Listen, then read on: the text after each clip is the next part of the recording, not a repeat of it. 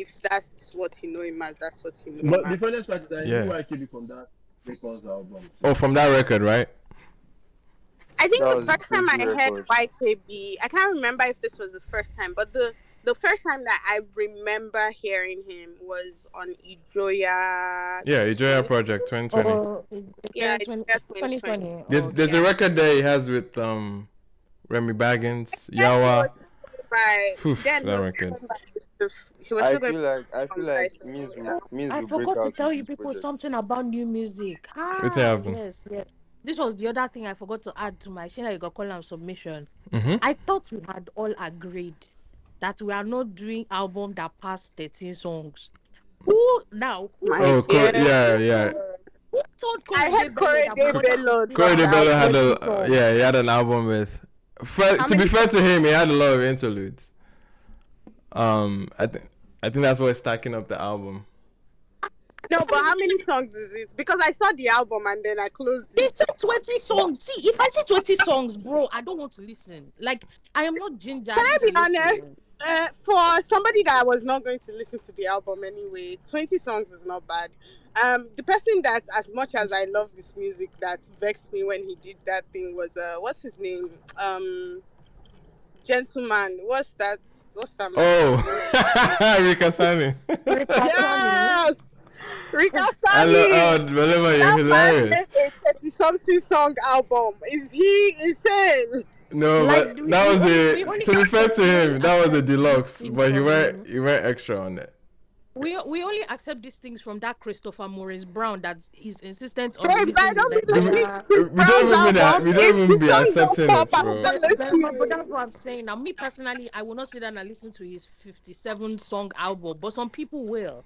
So it seems for his people, they accept it. But I'm like, who is telling you people that please tap it at 13? What's wrong with you? I'm tired of it. You're a really, really good artist. I will give you 16 songs. 16 Bro, songs. like if you have to be exceptional for us to be getting to 16. Okay. But bro, tap it at 13. Now. Yeah, bloated albums have been a thing in the last couple of years, but and especially with the culture of deluxes now, it's not going to get any better. Hopefully deluxes are kind of like fading out in terms of how played out they are. Hopefully. But yeah, man, 26 tracks is a lot. I want to ask a quick question. Yeah. So does everybody here now truly believe that YKB number one? Like it's legit? Do you guys think it's really legit? Do I believe in YK's talent? Is that what you're asking? No, not the talent. Not the talent. Like, going to number one. Question the legitimacy of his. Oh, like you think he was stream farming? That's what I think. Okay, so ironically, the week he went number one was the week you actually could even say that.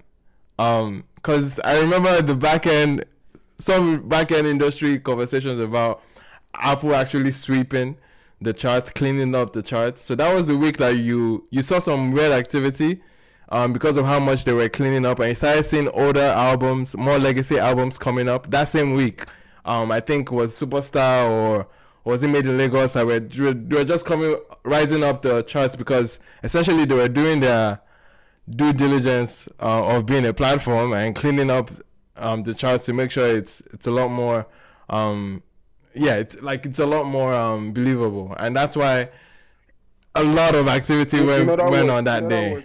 It's not a real number one. Ima, can I say something? Wait, what does that mean? I think it's a legit number, especially that week. Trust me, bro. Where's the album now? Where is it on the chart? Does it matter? That was a week. That was how many weeks ago? It does. That was how many weeks ago?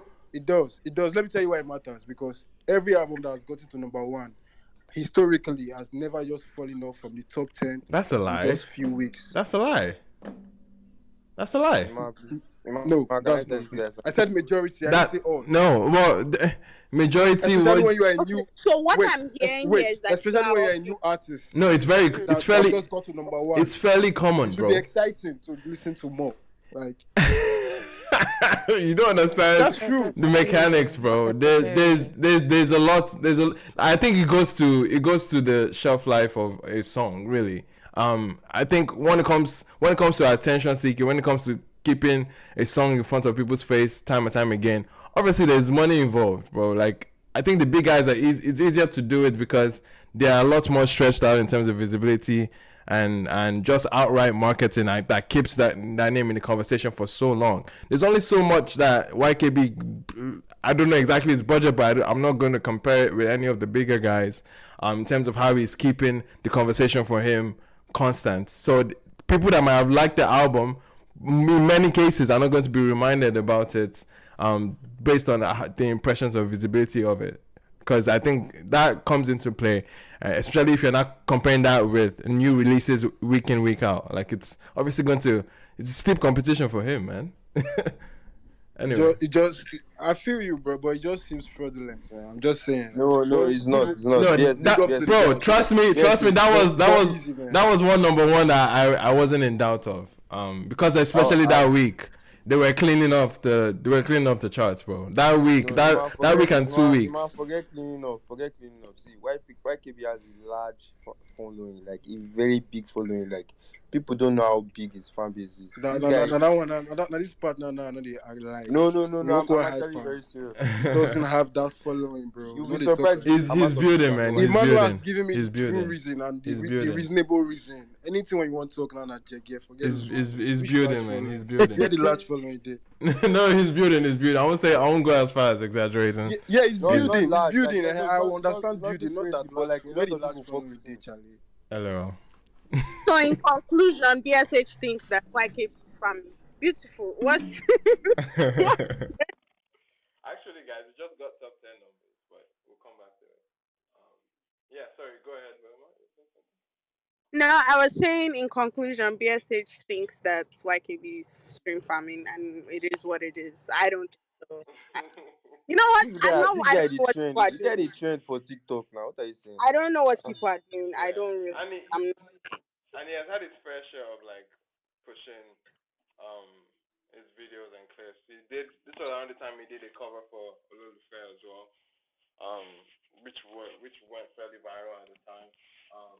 So yeah, man, like it's all a case of mechanics, bro, and I don't expect him to be keeping everyone's attention for that long. Like, I won't give YKB that regard. Like, I'll expect that more from bigger guys that can withhold that position compared to new releases back to back. Anyway, man. All these sound like BBL allegations. BBL.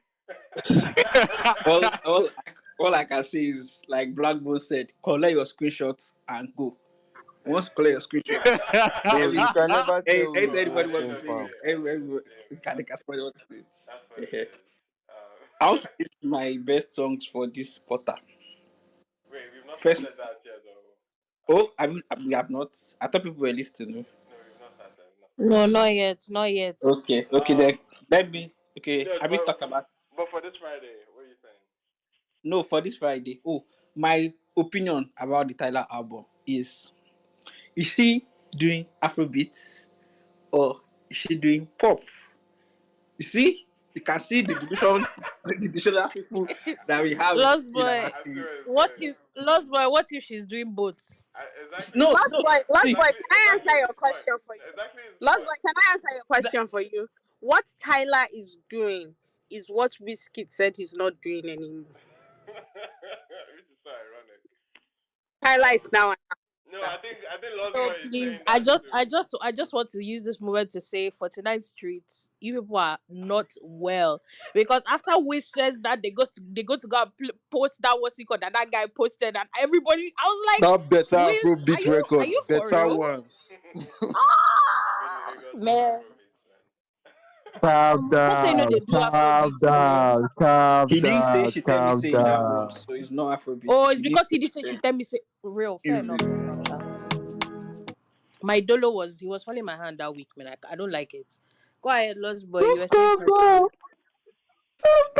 All me I want to say is that, like, I looked at that album and I just saw pop, and I was like, these people want to finish work. That's all. Like, anticipate Billboard Hot 100 doings. Yeah, that's all. What's her name? Olivia Rodrigo should be scared. What? I'm telling you, because this They is what should they all want be to do. quaking in Why their are you people coming boots. for sis Olivia? Leave Olivia alone. But they see. Tyler said, Tyler "You is see, coming you for her. see, you see, as in, you see this pop thing. I'm about to do it. I am about to do it." Ah, no, man. After scenario to Kai Sinas, you know why? Do you guys think Kai Senat is now part of rollout? He has been for how many years He now? has been part of the rollout for very long now. But This thing not for went on it Now, for Africans now I reach now. seven this or Not side. eight. for Now I reach Africans. Not for Afrobeat side. Oh, for Africans. Davido Oh, has for pretty much Africa. used him, or I don't say use him, Jesus, but Davido has But they do usually use they his did platform. use him. Yes. It's just how it sounds to stand culture is crazy. I don't I don't want to go there. Anyway, yeah, man. Everyone uses Kai, man. He's the biggest platform on Twitch. So yeah, I think it only makes sense. I think like his Tyler stream was close to about 200,000 people at some point.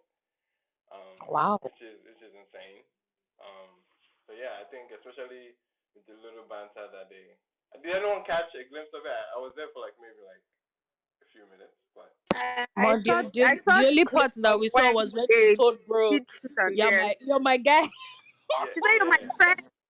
you're yeah, my friend," and then did the little tap on the shoulder. That's the only part I saw. yeah, that Or was the point where she was teaching him how to do the water dance and how yeah. he was dancing, and then she told him that he needs to twerk. Yeah, it's Hello, cute. It's cute.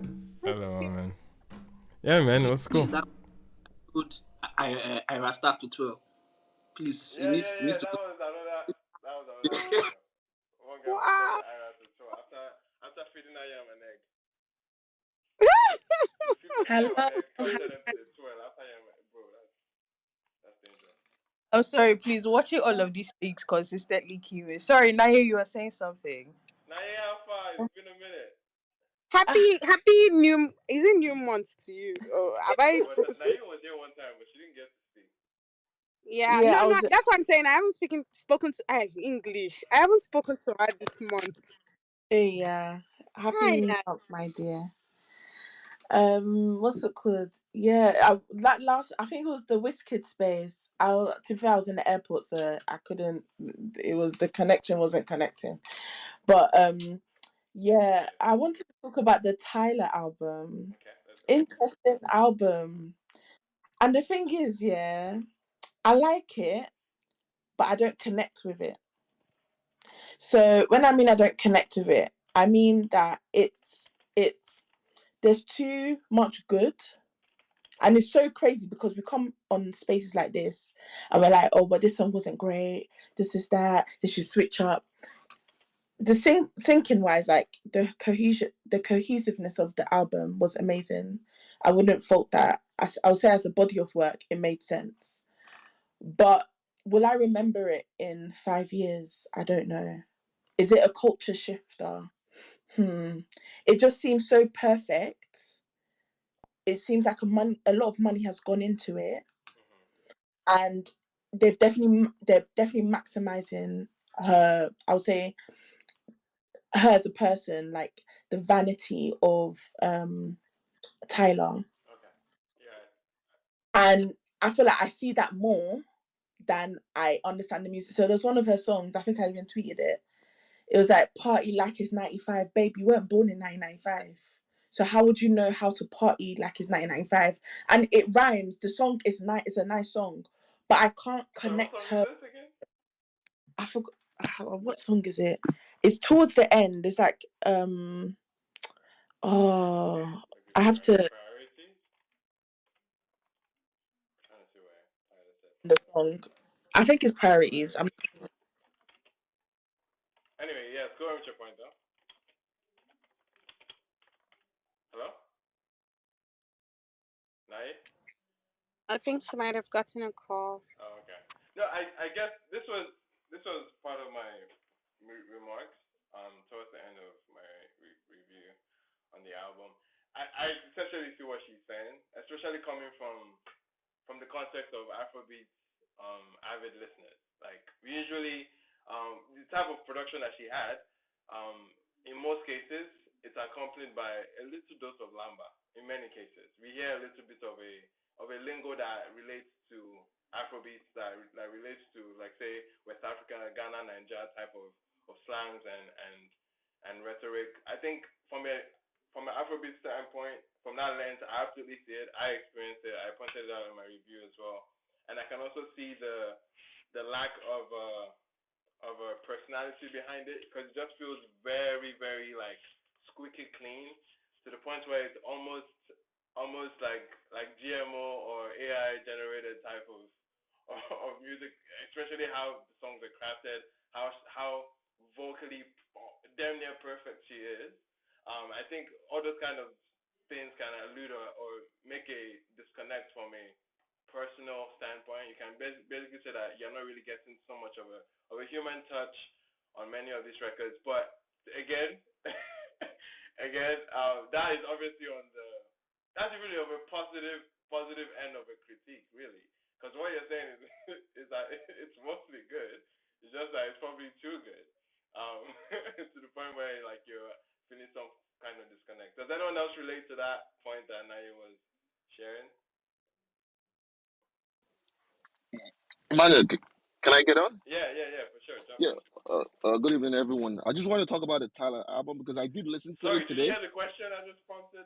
Or I'm trying to see if you can Yeah, follow the up. question was basically you talking Yeah. about if it's relatable, right?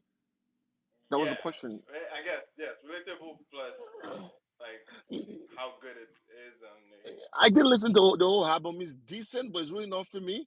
But I see what it's just not for me. I just feel it just took different sounds and just try to like create an album because I do think her management and record label, they do want to because she has a big song in the US, like she has a very big song, and they do want to. I know they want to use the balls from that water song to release to push the album. You know what I'm saying? Because because if you follow Tyler from the whole when she released the whole water song and when the song blew up in the US, the record label, I think they're pushing her to more to like a pop audience. I don't know if you noticed that. Oh, of course. She's more, yeah, they're pushing her Because to the that's pop audience. exactly who she should be pursued, though. Yeah, but like, yeah, which is kind of understandable. But I have concerns because I don't want because if you look at Tyler, right, she trends a lot on American Twitter, right? She does trend a lot, and when she trends, a lot of people just fantasizing about her, right, saying she's pretty and all of that, which is cool. But I don't want her to go fall under the. If you know this artist, Sweetie, you know Sweetie, Yeah. she's another pretty girl. Same thing. She had a big song when she first came out, and now people don't really check out for her music. People only check. But Sweet is a very different example, Yeah, so we cannot I use feel him. like. I don't. Is it okay if we? I Is understand it what okay? you're Is it saying, okay but. for? Is it okay if we tell the truth here? Let's tell the truth. That's what you mean. What It's you mean? something Tell the about One, truth. one, talent. one, one But of those things. nothing One of really. those things is not like the other. Let's Something tell the rhymes with truth. talent, bro. What you? Yeah, so What do you one of mean? them has T that starts with talent. The other one, No. mm, You? But But sorry, because just to say, yeah, just quickly, like yes. one thing that concerns me is that okay, how I visualize it is that they're let's say they're in the label room. This is just me thinking like as a movie person. They're in a label room. They're like, look at Ariana Grande, look at Aaliyah, look at Beyonce. How do you connect with all these people and then make it into Tyla? I just can't put her as if it's her decision why all these songs are there. Like I just see it as a room of executives that are making these choices. And probably that's just me being like, I don't know, just In thinking. other words, it's too poppy. I think that's the word you're looking. Like the Yeah, album and is it's like too. even if it wasn't because by the end of the day, I love pop artists. Like I love Beyonce's a freaking pop artist, right? Yeah. But by the end of the day, even her most poppy songs, it still has a form of sentiment. I feel like no, even if you're a pop artist, there has to be a connection with the artist. If not, I feel like no, like if we're looking at Taylor Swift, for example, she makes the most poppy music ever, but by the end of the day, she fits the aesthetic, not only the aesthetic, but just her lifestyle, everything like that. And probably why I'm saying this is because I don't know Tyler too much. I feel like probably I'm not giving her grace on the edge of like she just came out yesterday, basically. She's immediately got in like like speedy success from winning a Grammy. You know, she's living the dream of a successful musician who hasn't necessarily marinated within certain audiences, Right. i.e. So probably that's why I'm not seeing it as something that I can necessarily align with her. But you know, as time is going on, like if I'm talking about the songs in general, I think my favorite song was To Last, and apparently it's an old song. I didn't know that. Yeah. And I felt like it was such, if it wasn't for um the water remix, I felt like that was the perfect outro. Like I it's It is the the fact that outro. What that it remix was is the just the chorus, outro. pretty much. Yeah. So it was the outro. It was like the perfect sequence, perfect song, and probably it just made me think like she would probably work really well with Calvin. I was gonna say Calvin Klein. Hey Beverly, Calvin Harris. Okay. Yeah. But I, yeah, I yeah. I just want to add, I think this issue is something a lot of artists that like blew up really quickly relates with, because I remember watching an old interview of Drake. I know this is like a random person, but like when he was releasing Thank Me Later, he was in I think he was the Apple Music guy he was discussing. I don't know his name. The guy that everybody discusses it with when they're releasing an album. Is it Zayn or something? But he Zen was Lo. Yeah. yeah, Zayn. But he was like when he released So Far Gone, which was his first album, that he loves he loves So Far Gone, but like the thing about So Far Gone was that he was just coming up and he was just new in the game, and he had all these executives around him, and he was like, "Oh, you can work with Lil Wayne, uh you can work with J Lo, you can work with so many of these people," and then the album just became not really personal to him, but like just a way to show off that okay, I'm Drake, I'm here to have all these people on my album, have all these popular songs. I feel You feel that's the like that's the place case for Tyler, for yeah. Tyler, yes. And then he was not like that. With Thank Me Later, he would always appreciate what So Far Gone did to him, but with Thank Me Later, it was his own person. Thank Me Later and Take Care. Those were he had the space to make his own personal choices and to say yes to some things and to say no to some things because he had already blown up. He wasn't exactly on the come up again. And I Yeah. feel that's the case for Tyler. I mean, I mean, I'm sure she has been grinding since, but this Yeah. is her big break. So Yeah. if the album sounds really poppy, which I agree with you, it sounds like every line is like a hook, if that makes sense. Yes. Yes. Like Okay. Okay. Okay. I get into there's the gist of no it now. I like it. yeah. So I think that's probably the predicament she's in, and I don't really blame her for that.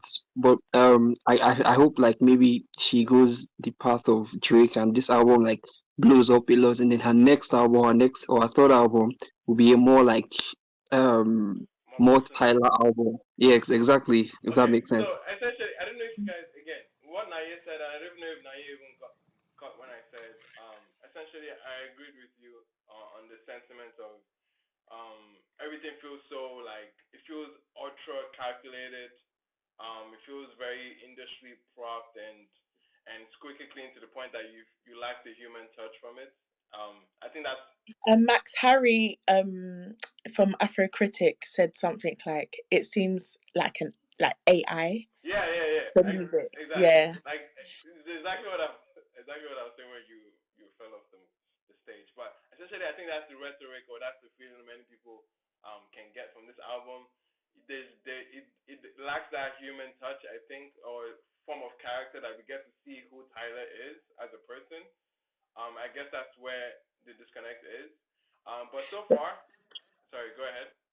Sorry, but I feel like she shows that in like certain like videos, Moments. for example, Okay. even her Grammy speech. I feel like that was Yeah, yeah, a yeah, lot. yeah, yeah. Yeah, Yeah, like you but can not in the see least. who she is as like this African person, and I feel like her as a South African is not apart from production, Hmm. it's not It's reflected not in her reflected music. in But her that's just music. probably me Yeah, boxing her though. I don't want to box I her. see. I see that. I see that. Modern, let Yeah, me make a comment. Let me make a comment. yeah, In sure. regards, that's what I was saying just now in regards to her, right? Mhm. I just feel everything is a record label. The record label is pushing everything. If you remember, before the album, they had a tour for her. I'm like, how you do a tour when you don't really have singles like that, right? So the tour was postponed. Now they did the whole album. There's an album like right that, right? So Yeah. hopefully she can get more singles out there because there's a song I really like, the On and On. I think On and On, Yeah, that one. yeah. On and That's on is that's a one of my decent song. favorite. Yeah, that's my favorite song on the album. So Yeah. that's a decent song. I just feel when it comes to Tyler, it's just the record label, they're the one pushing it. And you know what I'm saying? It's, okay, this is what we want. This is the direction we're going to take this artist, Yeah. Right. and this is what we want her to be, right? Okay. And my last point, in the case of Kai Cenat, a lot of people might not know Kai Cenat. Kai Cenat is a new Breakfast Club. Yeah. Breakfast Club is an Auburn radio Yeah. Yeah. interview Yeah. or whatever, whatnot, right? It's new That's a media, new bro. Breakfast Club. Yeah. Yeah, if you want clout, yeah, he has the biggest clout right now in hip hop. Like Yeah. everybody go there. Nicki Minaj, Drake, Offset. Offset, 21 Savage. So if you have an album, you have an album. If you have an album, you want to what do you call it? Like you can put Casting as part of your rollout. That's what I'm Absolutely. trying to say. Absolutely. If you have the budget, for sure. Anyway, yeah. Of course, guys. Yeah. Can we put a pin on the conversation for Tyler real quick? And get to top 10. Unfortunately, my speakers are not active today. I don't know why. I've been trying to fumble this, but essentially, we're not going to run through the top 10 songs with the music. But anyway, are there just to like again, we're taking a huge pause. We're bringing turntable charts into the mix now. But doing the top 10 songs. Are there any predictions that you guys might have towards the charts? This week we saw a lot. We've been seeing a lot of activity for Kizz Daniel's remix. It did 10 weeks the last time I checked. I remember. But anyway, does anyone feel any My other changes? prediction, my What prediction was number that one last week? Sorry. Last week we didn't actually not announce it. I think it was Oh. commas, but Last I was week just gonna was say, my prediction for this week is Sorry. whoever the people are um that said commas is not a hit song, it will come to number one again. Oh, that is definitely a hit song, man. Oh. All right. Yes. Where were we? Any other thoughts on songs that could go up It's this a week? matter, but not a globally accepted or a general. Shut up. Lost boy.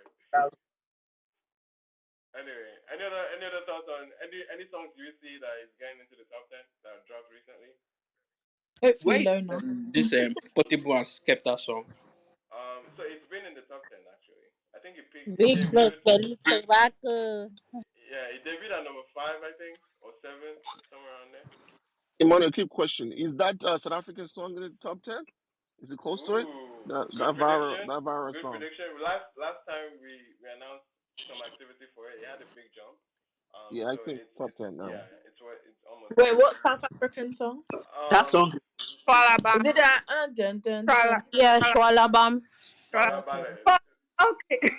Farabale Bitibawo Shwalabam. Ah, Swalaba. Okay. Shwala. Also, my other prediction is Shwalabam. that apparently I heard that the the Beyonce fans have been acting up. So I predict that You Beyonce, predict some activity, yeah, Abby. I predict some Beyonce jumps. Some Beyonce activity. Okay, Ah, okay, okay. let this What? album drop Beyonce? because Beyonce is dropping album this week, Abi. Yeah. Please don't wake Nayo. It's Wait, over what's for up from it's over Beyonce? for TTC top 10. Alright, guys. Let's get into it. This week we have just outside the top 10. There's some activity outside the top 10. We have Tito M. Sorry. What's that? Emmanuel say Swalaba. I'm sorry. Shwala. I read the name as Titom, and I think it's Tito actually Tito M. Tito Yeah. But anyway, Tito M and Yupe Viral Shwalabam hits a new peak. Okay. Guess what, guys? Number 11. Hey Swalaba. Number 11 this week. And Kizz Daniel Suna debuts on this week's chart at number 18. Okay, so that's actually interesting. Kizz Daniel, this is the window for Kizz Daniel records to actually show up. So we'll see how far they go. So seeing Suna at number 18 is interesting. So let's see how the other one does. Show up. Anyway, rounding out this week's top 10, At number 10, ladies and gentlemen, we have Shay Vibes, Different Pattern, drops to number 10. I think it was at number 9 before. But anyway, that was number 10. At number 9 this week, we have Big Big Things, Young John, Kizz Daniel, and Shay Vibes at number 9. How are we feeling about those two? 9 and 10. I want to shock you when I tell you I've never heard number 9 before in my Me life. Big too. Big Things, Timo. Same here. I've never listened to that I've song. never One heard day. that song I one Oh, just day listened in to sorry, that my record sorry, life. sorry, yesterday. sorry. Please, can More I than I thought. repeat that number 9? Waiting be that. Young John's Big Big Things. Who be that? Ah, wow. I would even Wait, say it's Belema. Charlie You, you, Poppy if I Sorry. didn't Hi. know. again, you Sorry. people are not casual. Belema. He says Young John. I'm expecting better from everybody here. Listen, Oh, Young John. Young Sorry, sorry. John. Ah, Sorry, I've not, 9 I've was not I heard don't know the what song. you're talking about. I've not heard the song. Sorry. Can I be hey, honest? This is why we need let everybody drop money. We need money so that Emmanuel can buy correct I, speaker because I only that's see. the benefit of you playing this music so that we know what it sounds like. no, How I'm much? How shocked you much guys money don't need know what to Young get a John. Sorry.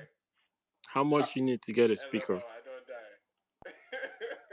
Mm, mm, We mm. only hear that. Maybe See, like Imado, we four. only hear Imado that. block, We only hear that. Imado block your No. blessing. Maybe like Oh, four Ashaket Scotiabank tickets and I'll be good.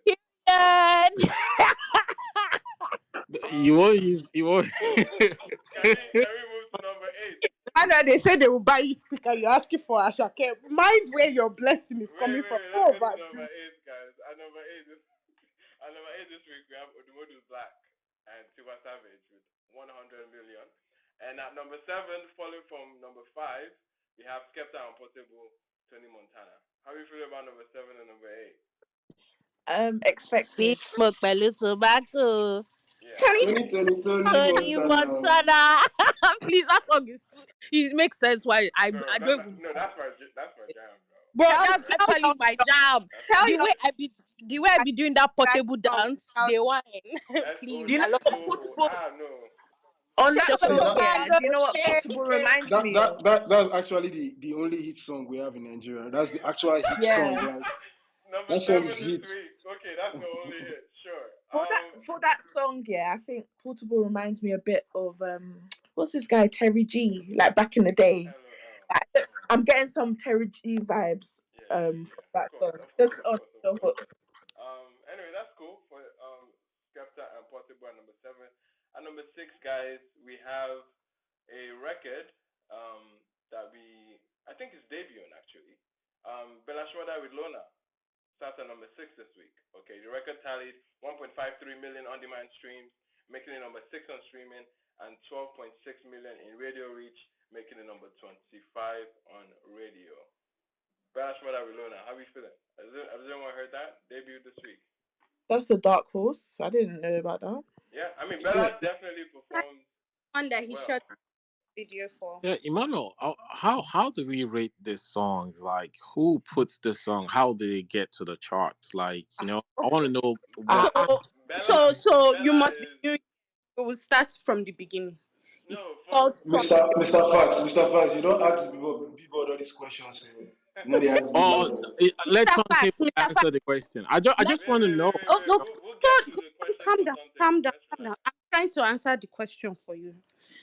There is a platform. It is called Turntable Chats. Turntable Chats is responsible for putting down together the top 100 songs amongst other lists in Nigeria. Now you might ask yourself, well, how do they know these are the top 100? How do they put all the Bella with the infomercial. Let's go. well, they use everything from streaming and radio metrics and TV metrics and Bella, am you I are not up missing to date yet. which one? They Which one? suspended the TV metrics. Oh, okay. But yes, they put radio, they put streaming, they put sales, everything that you can think of that they can use Yeah, to add. And radio and streaming. It's the closest thing to a billboard that we do have in Nigeria. I Yeah, know in a situation I've been in when I was in Nigeria, I know some radio station won't just play your song. Doesn't mean the song is not a good song. So that's why people could access the streaming access because it's Okay. easy. Let's And not I get just want to into know how they let's play. not get too tied up. not get too tied up. Let's finish up this top 10. Okay, shall we? At number 5 this week, we have Benson and Ruga's Romeo Must Die, dipping from number 4 to number 5. Still active on the charts. How are you feeling? Congratulations to them both. Nice. Yeah, Number man. 4 to number 5. Uh, All right, moving up to number Oh, 4, we have Kizz Daniel yet again. This time around with Showa, debuting at number 4 this week. 1.5 million on-demand streams, making it number 5 on streaming, and 27.1 million in radio reach, making it number 4 on radio. As a result, 3 entries of Teaser EP, okay, have entered the top 10 of the official charts in Nigeria. That's incredible. Okay, 3 out of 4 top 10 records. But anyway, how are you feeling about Kizz Daniel Showa getting up to number 4? Cool. I don't know the song. song for the girl them. So Wait, who what said do you they don't know the expect? song? Mr. Fox say he does not I'm know so that man. confused. Then. I don't know the song. I actually don't know that I'm song. thinking I'm talking to the most enthusiastic of enthusiasts. I actually don't know that song, you know. I'm joking. Anyway, but Showa is the record of the new EP. Anyway, that was it for number 4. At number 3, ladies and gentlemen, we have Ira Stars Commas Steady. Yet another week at number 3. I think it's been at the top 10 since it came out so far. I think it's. I'm not even going to lie to you people. At first, I was like, I don't know how I feel about this song, but by the time you hear it so many times, the lyrics just imprint into your mind. I don't know why I remember the lyrics to the song, but it's very catchy. I can't even lie. It imprints itself. It does not want to leave. You know what's so funny is that one of the reasons why the song is stuck in my head is because even if I don't have TikTok, all the girls have been making TikTok videos too. Yeah, and Justin, you. That's what I'm saying now. It's everywhere you go, and then they just usually did they've been making mix. they've been making TikTok videos to Justin's remix. Yep. So I'm like, 2 for 2 with I'm allergic to soku, so I just that line just the bar itself. But bro, it just imprints into your mind, man. Naturally, Ira Star has a very distinct vocal. Like I think vocally he's very distinctive. Like and is captivating. Like you, as soon as you hear her voice, you want to know who's that. So I feel like she's naturally got radio voice. Like she's naturally. I think she dropped that song when I was in Nigeria, and literally that whole week, everywhere I was going, I was listening to the song. I literally heard it from. I never downloaded the song, but I was hearing it from everyone else. Yeah. So it's kind of like, I'm not surprised, and it reminds me of what's that song? Rush, but in terms of like just the vocal ability that she has on those kind of songs. So yeah, absolutely. That was number 3, Ira Star with Commas. And at number 2, ladies and gentlemen, holding up the same spot from last week, we have Kizz Daniel yet again, but this time around with Twe Twe. I'm not sure if it's it is Kizz Daniel and Davido's remix, Twe Twe, holding at number 2. Yeah. I was making sure if it was the remix version, and I think it is. It is the remix version. Number 2 this week, which is cool. I think last week it was also number 2, which brings us to number 1 this week, ladies and gentlemen. Chike and Mohbad Egu returns to number 1. Are you serious? Yeah, wow. Chike. Well deserved. Chike and Mohbad. The only wording number 1. Okay. Chike and Mohbad showing up back again because they've been number 1 before, but they're returning to number 1 on this week's official top 100. The song tallied 2.62 million on-demand streams, making it number 1 on streaming, and 17.9 million in radio airplay impressions, making it number 20 on radio. The fall in radio impressions for Egu and every other song during the week of March 12th to March 15 to 21 is as a result of the cuts to the undersea cable supplying broadband internet connectivity to Nigeria, which then resulted in a system downtime for data reporting. So there's actually lower impressions across the board for, I think, radio because of that. But essentially, Egu has logged a total of 4 non-consecutive weeks at number 1 on the official top 100.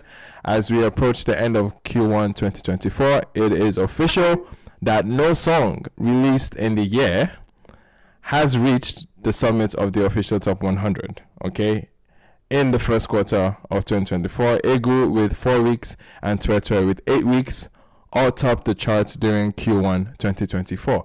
That can be a conversation for our Q1 I guess topic. I have 2 questions. Yeah.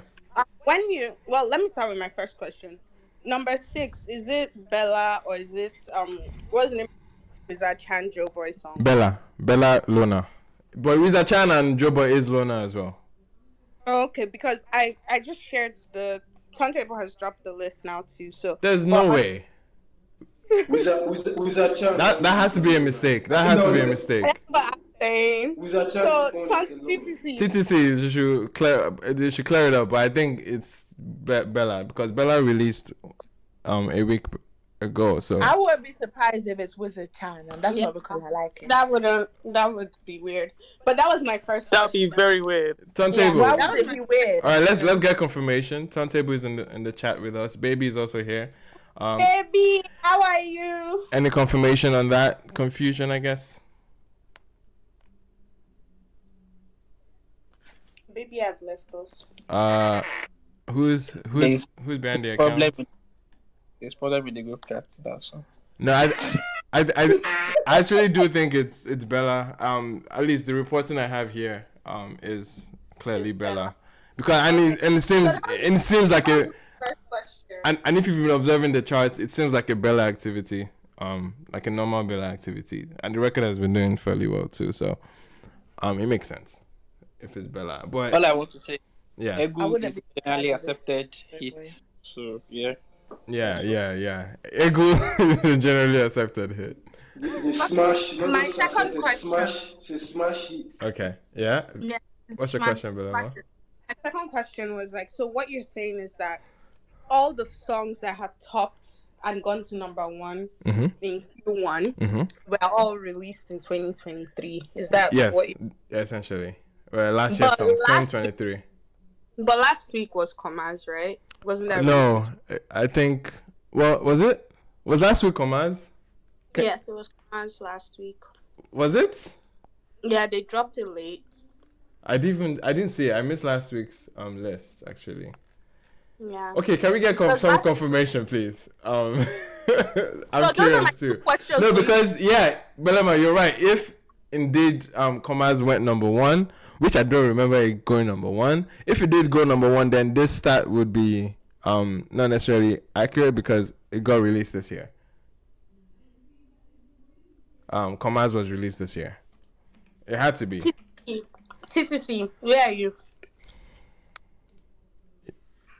Are we guessing? Let me see if that's probably sending me a message somewhere. Let me make sure. But anyway, yeah, I think those would be the questions we can expect. Oh, never mind. I just got confirmation last week. Commas number 1 on radio. Yes. Oh, last week was Egu. Okay. Yeah, Egu was number 1 overall, but Commas was number 1 on radio. Okay. So yeah, so then that stat is correct. Can we get confirmation on the Lona's one? Cause the Lona one, they've not confirmed. They've not confirmed yet. Okay. Anyway, we'll get that confirmation. But anyway, overall, how's everyone feeling on this week's top 10? I wanted to just comment on Lona if it's the Bella Schmurda one. Yeah. Yeah. Outside of my bias, I really, really love that song. Oh yeah. Shout out to L. Love that song so much. I went back to it. It's getting better and better. How is it working with Bella for that? Yeah, you've been working with Bella lately. What's good? I was sad. I was on the set, but basically it was really good. I just said I was glad there. Wait, you're not working with him? No, great, not anymore. But okay. Gracie is. Gotcha. So I was supporting my girl. Gotcha. But anyway, the shoot was amazing. I don't know if the video is out yet, but the video is winning. The song itself, at first when I heard it, I was like, okay, just another bit. It's a grower. I know it's like again Afro Greek. No, it's just like it's like you know the Omale effect Yeah, that we talk about. yeah, You hear it once, and you're like, okay. Then you pair it again, and you're like, ah. It yeah, literally yeah, just it, it just has the Bella runs. Like I think yeah. you played it on your space Yep. on your. Live stream. You literally, I think I was watching you get it, Yeah. like get into the song, and it literally just, it's a really, really, it's a beautiful song. It's very personal to you can him too. obviously, Yeah. it's a very personal song, yes, especially if you know what he's been through, especially with the whole Mobad Mobad and thing. then his son as well, or his child, Yeah, right? that song is just. Yeah. I like the Wizard Chan song as well. Like it's not bad. I need to go back and listen to it again. I think I listened to it in a rush Yeah. over the weekend. I just couldn't see how that song could jump to 5. But Yeah, I think he dropped. I think he dropped this past week. And what? Yeah. And From what how we know, TTC it works. wouldn't be on the list. Yeah, I said to Yeah. They said that they're pulling the numbers again, and so once they're done pulling the numbers again, they'll let us know. I also say something because Mr. Fact said something, and I just feel like it's very interesting. 1 minute, he Oh, says, is it just me you're breaking up, or is it just me? it's just you.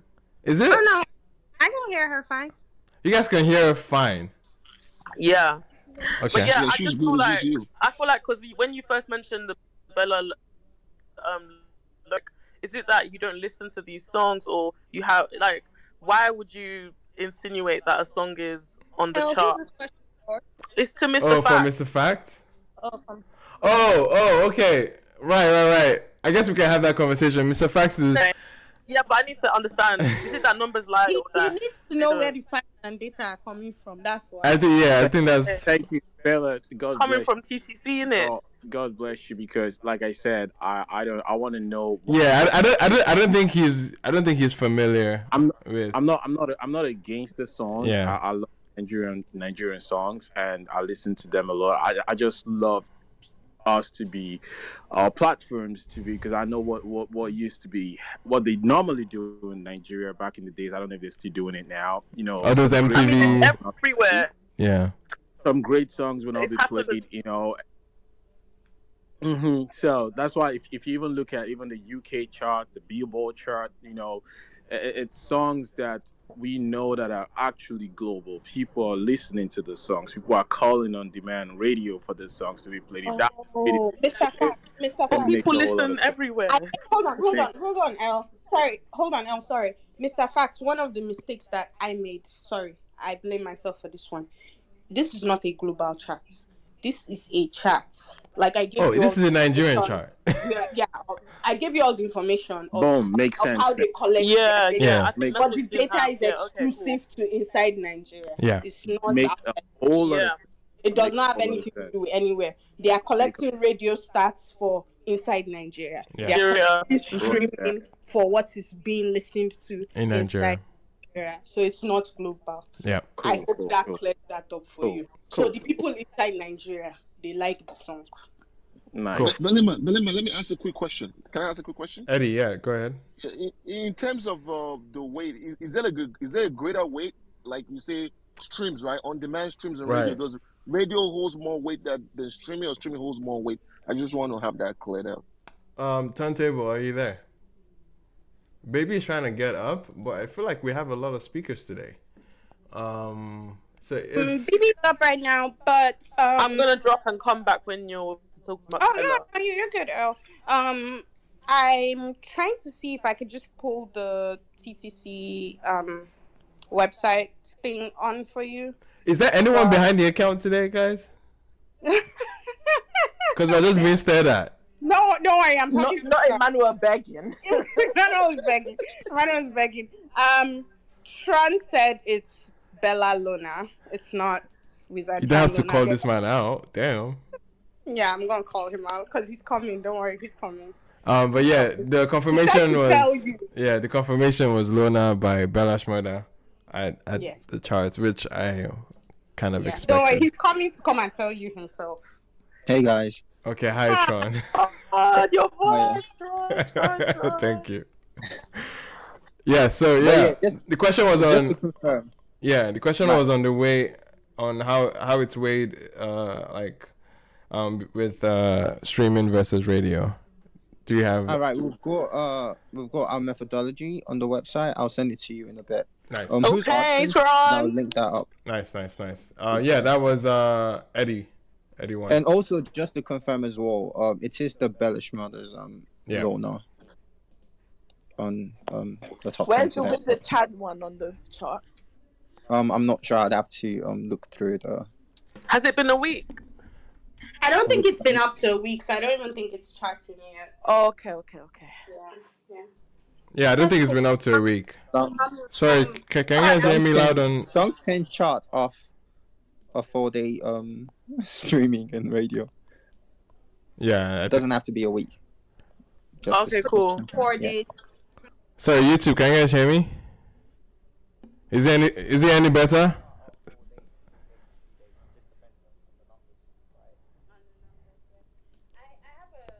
Selfish question. Where's Beyonce on the chart? What does Texas have to Don't do with do Nigeria? this, Belema. We You have don't understand. tonight. They were having a revolution. Beyonce was climbing Nigerian charts. Anyway. Wait, for what song? Sorry. I just asked. See, again, you woke up now. Oh gosh. Can I ask for what song you're talking about? Is it think it was for 16 Texas Hold'em. Huh? For Texas Hold'em. Oh, really? Probably because there's a lot of Nigerians in Houston. What? That's bad. So I know, yes, they are. But anyway, are you saying Houston people came back home? I found it. Don't worry. You people don't even have to talk too much. Beyonce's Texas Hold'em moves from number 35 to number 28. Okay? On the top 100. Don't play with Beyonce. LOL. Can someone... Probably that Whiskey is trying to do a new country song. So probably. Easy now. I swear he's doing rock music. You guys should leave Whiskey alone, please. Good. You guys are lucky I wasn't there last week on that topic because I was ready to finish him. But anyways, it's a new week. Anyway, guys, yeah, it's a new week. It's new energy. It won't be as violent. Okay. Right. Emmanuel, Yeah. I've just sent to the group chat. Okay. I think the methodology for top Yeah. 100. You can post it, no, on the account.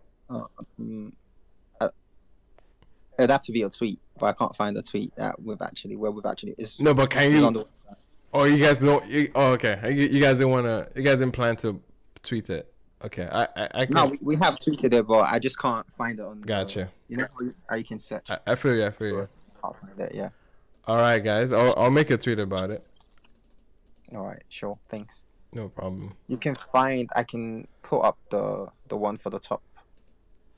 Right. I have the tweet for the methodology for when it was top 50, but we're no longer doing top 50, so that's Yeah. Exactly. Yeah, this is top 100. Yep. Okay. Cool. All right. Can we come back now to the Tyler conversation, if that's okay? Make me swear. Oh yeah, I wanted to say. What? LOL. I wanted to say that generally, right, pop artists like go through this feeling or this phase. I like Test. weeks ago. Do you understand? Yeah. So I'm just going to say that for like the reason why other pop artists like make or what else put it are way better or are generally accepted, and people be like, oh, we know them so well, is their songs, though they are pop, like they have like some kind of specific audience that they are tailored for, and they suit that narrative. The Fast Gear is for white people, right? Wait, by the fast girl, you mean Taylor Swift? Just so you put that out there for I people. don't want to, Yeah. I don't want to It say. doesn't say her name. It doesn't Right. say her name. No. I want to tell you, but It like, doesn't want to trigger the stance. Gotcha. no, yes, Insta blog, I don't fear, but those people, please, I fear them. Then like people are like, oh, Olivia Rodrigo, whatever. Like she came out as this like the average teen girl. Do you understand? Yeah. Like her songs give off this kind of teen girl rock vibes. Like they've played this card like all over Avril Lavigne. Like this like a formal like a working template. The problem I have with Tyla and this step, because me, I'm not even a pop person in the first place, so that's why I'm not even really going to go into that album and listen and like be like, oh, I enjoy it. But the problem about Tyler is you people know that she's from Joburg. All of us we know. Now we're expecting to see some South African influence as she's singing like she's from Houston, Texas. That's where the problem is coming from. Okay. So how to marinate the music and just that back of your mind, like, oh, are you not East African? Like the things you were talking about, like, is this how an average night in Joburg is like?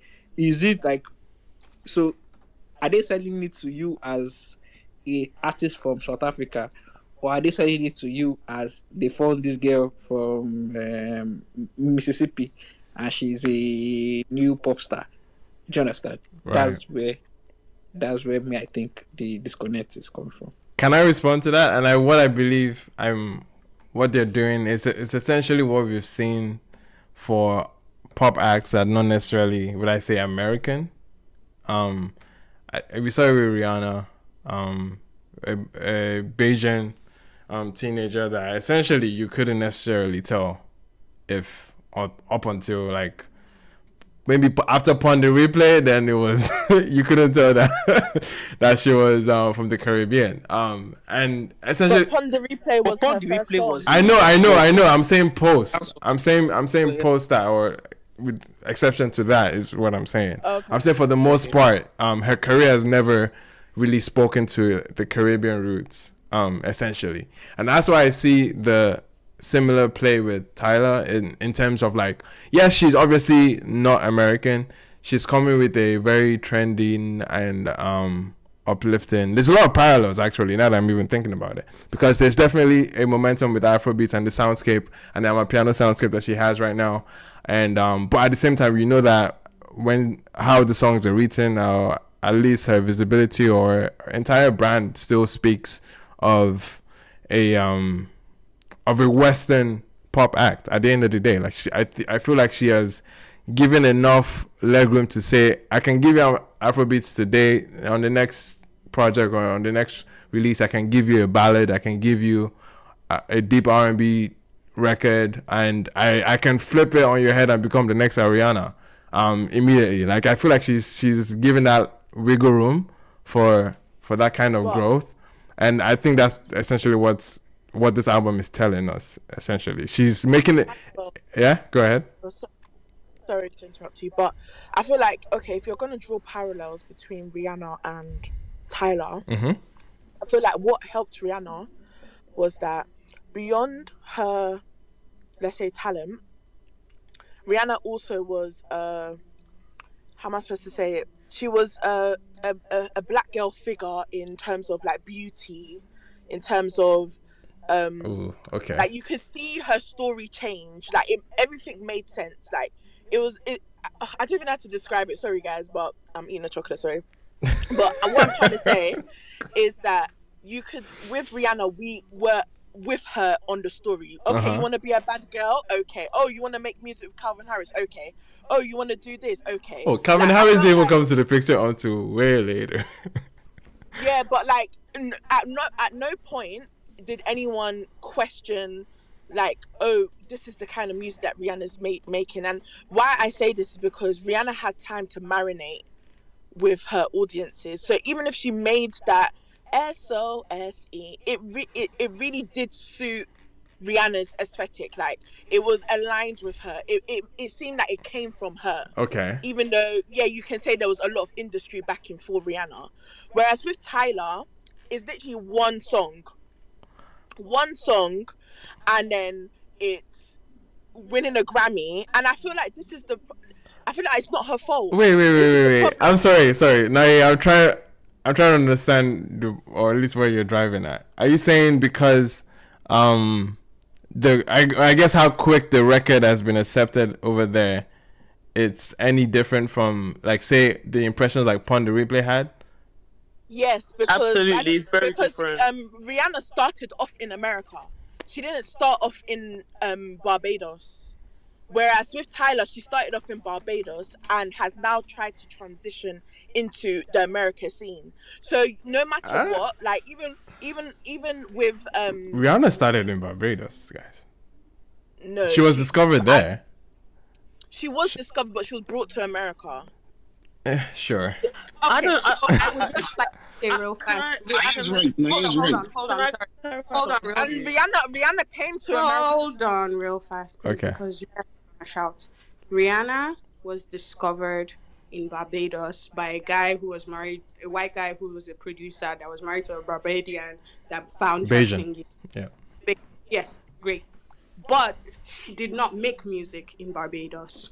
What happened was he got her permission of her parents and they moved her to America, and she started learning and songwriting and doing everything, and then she started making music in America, and that's what happened. So she didn't like make music in Barbados. But no one knows Rihanna from Barbados. Have a career in Barbados, and then they moved her over here to transition. She started fresh here. Okay, so it doesn't still dispute my point in Pon the Replay was a major breakthrough, right? Yeah, but it was still and you know what the soundscape of that record is, like even from what it says, Pon the Replay, like it's obviously emphasizing where she's from, right? But then you can say the same about Sean Paul. Yeah, exactly, because that was the moment, that was the momentum at that time, and I'm saying the parallels between the momentum of that era compared to the era that we're in currently, seeing Afrobeats and how it's permeating into today. Like it's essentially what she's using as I guess the novelty that she comes with as a leverage, and it's not any different. Reflect that. That's what, are you saying the album doesn't reflect the Afrobeats link? There's a sprinkle, as Elwood said, there's a sprinkle of that's what I'm confused about. Okay. Okay, I understand the sprinkle nature of it. It's not full blown Wizkid, of course. I get it. It's not full blown like. No one is expecting that to be like. Right. And this, I feel like we've all said. Well, I've said it anyways. Whereby it's the case of, yes, we understand that it's very label heavy, very songwriting heavy. Like I can't see any like, oh, this is Tyla. And as much as people are saying, oh, you don't need to connect with the person. What I'm saying is that, okay, if it was all South Africa, like if you're bringing South Africa to America, you're trying to, assimilate into the American music culture as well while doing that. It's a hard balance to strike, right? I'm not saying that it's easy, but at the end of the day, the album itself made it seem like it was American. I would say 85% American and 15%. Oh, this is I'm a piano, like parallels that you can draw in comparison to someone like Rihanna. Yeah, I understand what you're saying, but I don't even know if I'll weigh it as an 85 to. I don't think that's the ratio I would give it, because I think from a production standpoint, across the board, with exceptions to like say maybe Jump or the Butterflies, the ballad, a lot of it is very African percussions, like from Water to Safer to name it. Most of these records are. But that's production. Yeah. That's what I'm saying. I'm saying it's exactly production, the feel of it, the vibe with it.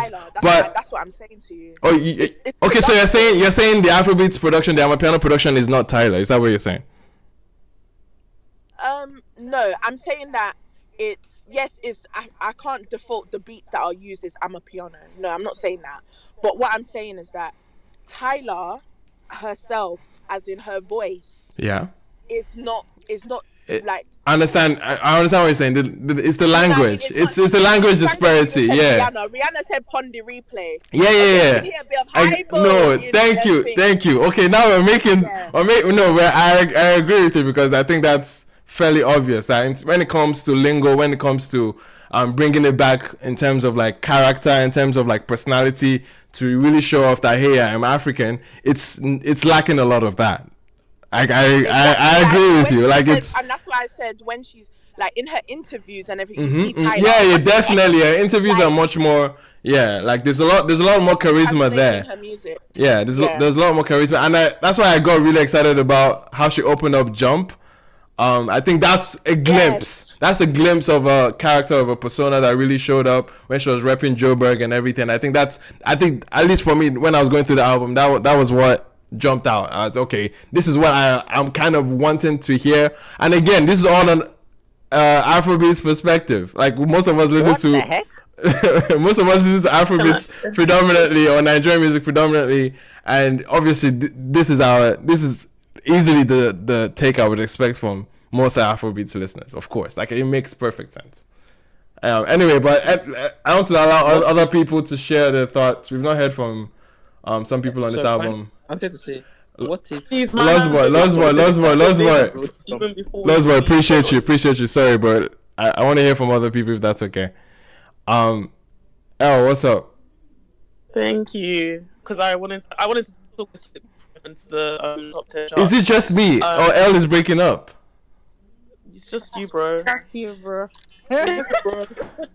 Really. Anyway, everybody else is clear, but anyway, go ahead.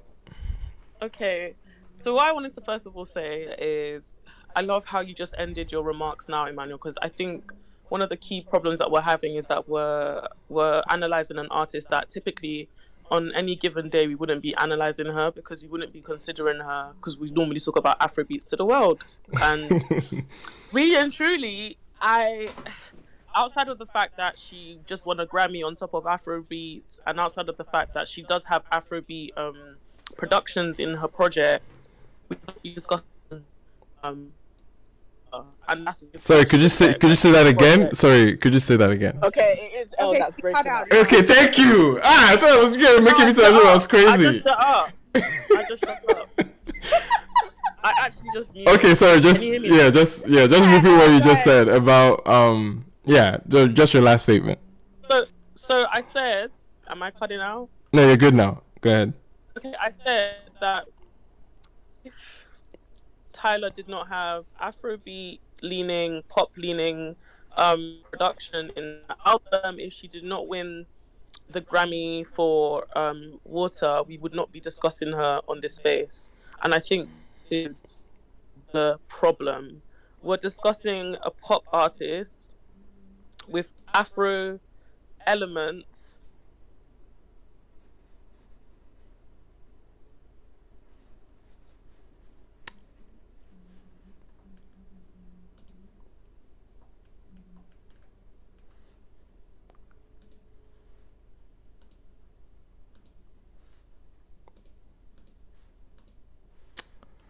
Give me a second, guys.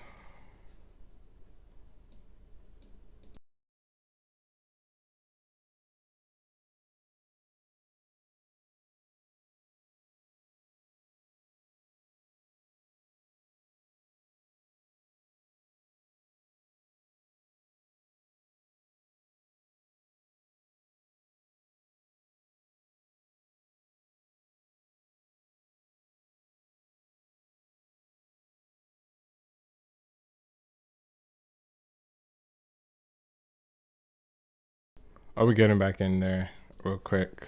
Give me a quick moment. Try.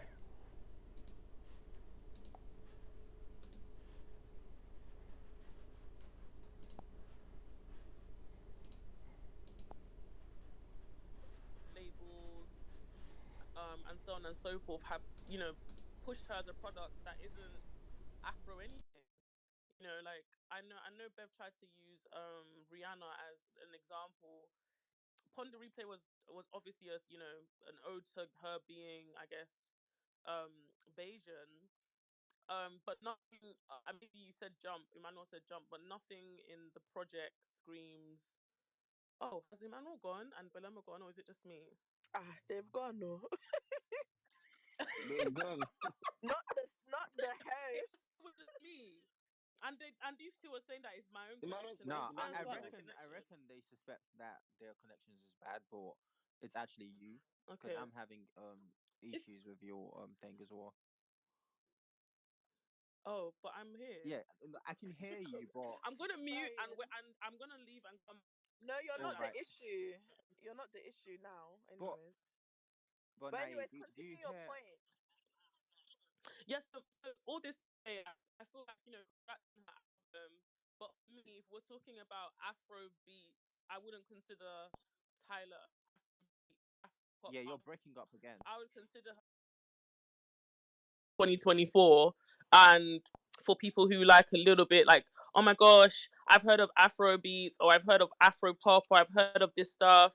I'm not really interested in the heavy sounds from Africa. However, I can dig and I can accept this Tyler artist that whoever is whichever record label is put in front of me, because I she wears what I wear, she's the same age as me, she's that kind of artist, and that's perfect, she's appealing, you know but to say anything else, like, I don't know. I feel like it's forced. So we say, oh, she's got the beats, she's got this. It's like, okay, it's just giving pop with a sprinkle. Like I said, like Diane likes to say, I say, it's just giving pop with this pop with a sprinkle So, of Afro beats. So uh, that's I me. have a question. In other words, are you saying that essentially Wizkid is trying to become what Tyler is? Exactly. Oh, I would say Wizkid is not what thinks he's what Tyler is, but maybe he was that years ago, years and years and years ago. But he couldn't be that just because of Yeah. his story, his journey, his conditioning, and his sound. Just Yeah, I couldn't be, think it's very you know. interesting because the first Tyler song I heard was, I think, the song with Cool Drink. I think that's his name. Yeah, Yeah. I think that was the first Tyler song I heard, and it was like maybe 2021, 2020, 2021. So that was like 2 3 years ago. And then she made several songs since then, and she has yeah. been a pop person that had a lot of like the house influences, the amapiano, the thing, but it didn't Tried seem like it was everything. overwhelming. And I think that's the problem, is that in this whole quote unquote Afrobeats, and Afrobeats not meaning Nigerian music, but Afrobeats meaning just music from Africa. But in this whole Afrobeats to the world situation, we are finding different artists that make different kind of African music and are trying their best to figure out what that means for them, because some of them, their music is more African than others, and they're struggling with how to take that to the world. So it's like when Made in Lagos came out, and it was a conversation of, when you say Made in Lagos, are you talking about yourself, like you were made in Lagos, and so this music is gonna be made in Lagos, and it's gonna be Lagos sounding music being taken to the world, or are you making music from the outside and bringing it into Lagos? Like, which is it? And somehow Wizkid found like a cute little balance in there. But it's what talking about. And I think, like, while I think Tyler is assimilating into the American culture quite well. Like, they love her. Yeah, and she doesn't need to do the other stuff that you're saying, Belama. Do you know Yeah, what I mean? Like, I yeah. feel like She we just want that doesn't have because to that's work as hard as yeah. like a Burna Boy or a She Wizkid, just or wanted she her doesn't have to do focused all the things they artist. have to do. So it is what it is. Aww. It was you that had the connection issues. It really was. There's no need to argue about it. It's okay. It's okay. Don't worry. I also Mm. dropped, so it's fine. It's fine. It's fine. It's Can you hear me now? I've done absolutely nothing, by the way. I've done nothing, but okay. fine. I don't shade.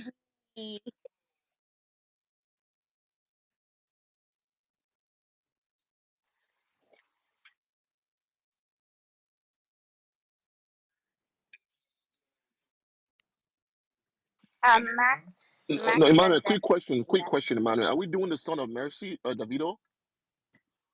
Okay, okay. Max, welcome. How are you? Hey, Iman Belema, what's up? How's I'm everyone? good. How you Cool. doing? I'm good. I'm good. So yeah, man, I've been listening, and I think I just want to piggyback to what Elle was talking about. I have a question, right? When I listened to this project, I heard a lot of Afrobeats, a lot. I don't know if it's my ears or. Don't worry, we all heard the same Afro. Hmm. So my question now for us music lovers and enthusiasts is: if a whiskey dropped this, or a Nigerian like homegrown artist drop this, what would we call it? Like forget about your forget about her history. Forget about what she is. Like just listen to the project for what it is. Right? What would we call it? What do Is it they gonna call be Thames? What do they call Thames? So I Yeah. think Max, pop to and answer your Afrobeat, right? question, right? If Wizkid dropped this, they will call it Afro pop. But because Tyler dropped it, it's pop Afro. You get the pop is coming first. The Afro The is Hmm. pop is coming coming after. first. Yeah. Yeah.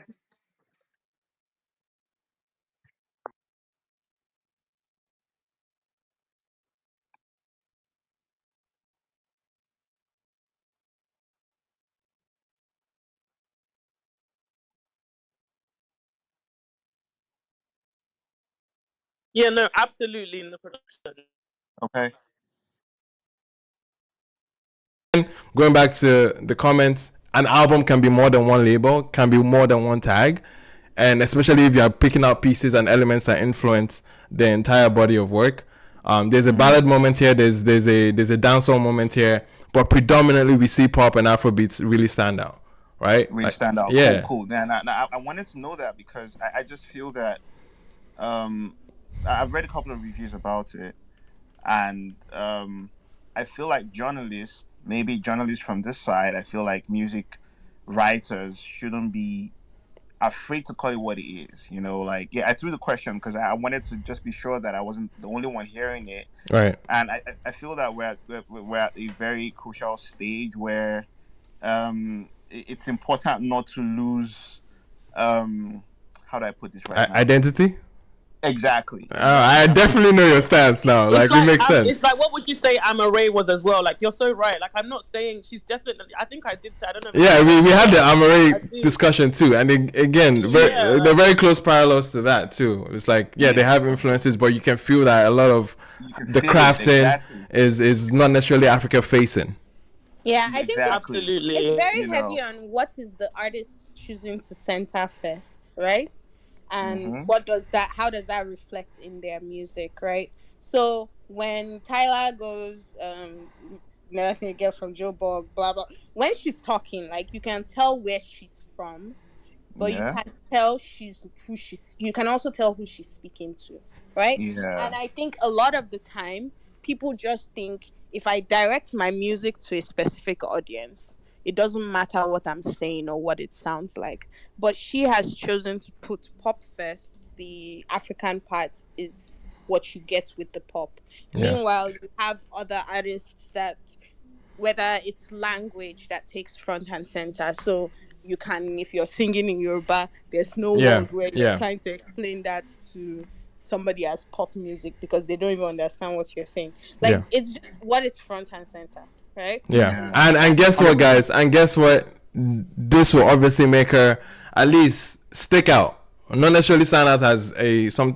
There's some level of like, okay, she's not necessarily Ariana Grande. She's not necessarily Olivia. She's not necessarily um Taylor. She's not every mode of a pop act in that sense because a production presents itself in different like climates for whatsoever. But you can definitely see that's the angle that it's been shopped, and that's why the Afrobeat tag or the Afrobeat novelty still comes with that. It comes with a novelty. It comes with this freshness especially the markets that she's targeting. And I feel like that's the Yeah. edge.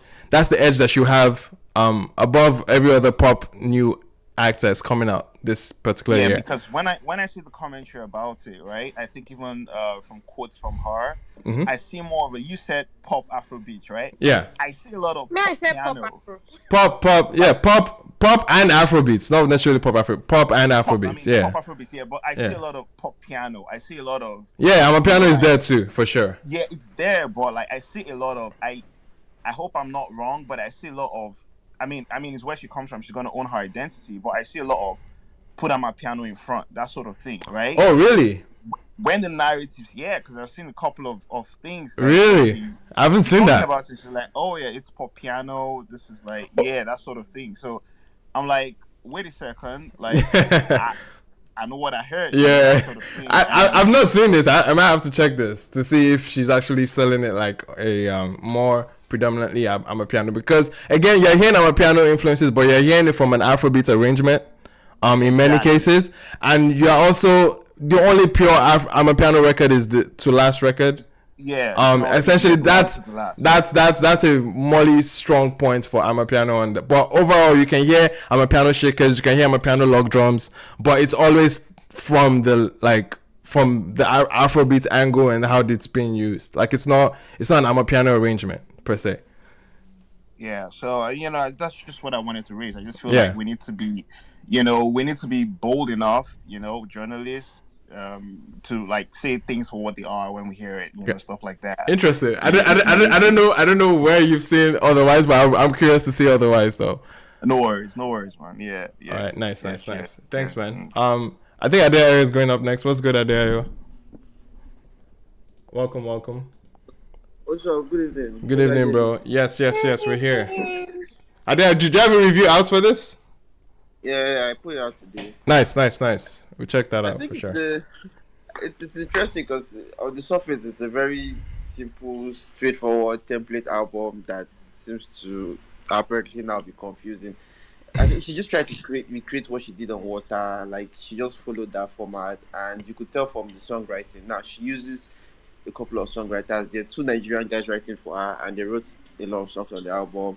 So you could see that they're following that formula, and possibly if she didn't break into the US with an Afrobeat song, 'cause I don't know, like would like to cut corners and like to describe the pop, but it's just an Afrobeat song. That's just what it is. Yep. It's exploring Amapiano from an Afrobeat angle.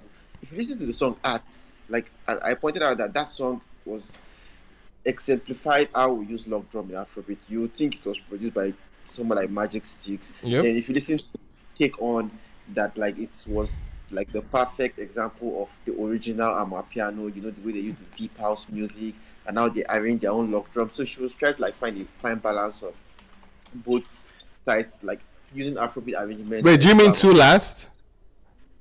yeah, two last, the Yeah. penultimate song, the one Yeah. before Water is two Mm-hmm. last. Mm-hmm. It's really, really like original Amapiano. So I think log drum, that Amapiano log drum is the common denominator with the pop melodies. And now I still Tyla as an R&B artist that like melodies are steeped in R&B. Like Yeah. although they Yeah. are pop, but they are very sensual. They're very sexual in nature, if I could use that word. So it's so she broke in with Water and she has to follow that template. And I think it's just easier to sell her as a global pop star making Afrobeat music, like African style music. It's kind of like carve a niche for her. It makes they're using the Rihanna template for her to an extent. Yep. Although Rihanna although the only difference is that Caribbean music wasn't really the primary sound of Rihanna initially, although she kind of lead into that Caribbean identity, but Tyla is more leaning into that Afrobeat identity while being positioned as a global pop star. I think the album is just he follows Waters' template, try to throw around a couple of pop songs, hoping that one will stick, and she can just like get momentum from then. And it also create volume for her because she's going to go on tour. Yeah. And yeah, she canceled the tour due to medical reason, but I don't think she has enough songs I to think go that's an at that excuse. point. Yeah, it's an excuse. Yeah. Because It was she weird just even has having a enough tour before the album. yeah, Yeah. like the tour was due, like it was Yeah. overdue, but there was no volume. Like you were going to like you had Water, then what next are you going to perform? The one with Ira, then the Been one thinking with maybe. High School Band. Like it's just not there was no Yeah. volume, so she had to drop an album. So I think she's following the Afrobeat template, but this time on a grander scale. Like this is just what we do in Afrobeat. You get a hit song, you follow up with an album, you go on tour. So that's what she's following. She's following because she also broke into the US market through the whole Afrobeat the World Rave. She was the next in line after everybody. So she just following that template. Yeah, I Yeah. mean, if you see the choices of remixes, sorry, I say remixes of features, it's also just pretty much followed the Afrobeat template. She featured artists with track record of being on Afrobeat songs. Yep. Ghana before Ghana, her songs Becky have been G. on, yeah, three Afrobeat songs, like Yeah. two, Victor Thompson, SARS, and even Sample Show by Josie for Yeah. Kumin, Fuck You Mean. So Yeah, yeah. then Skilly Bank was on Wizkid's album. Yep. Then Becky G was on Cough. So these are people who they're familiar with Afrobeat already and they could like deliver. What I like about her is that there are times okay she can sing. Like if she choose, maybe she could go the R&B route when she gets Oh, older. easy. Like Easy. yeah, or songs like Butterflies, bro. Yeah, you hear like the R&B, but she can sing. Even and her melody is thick in R&B.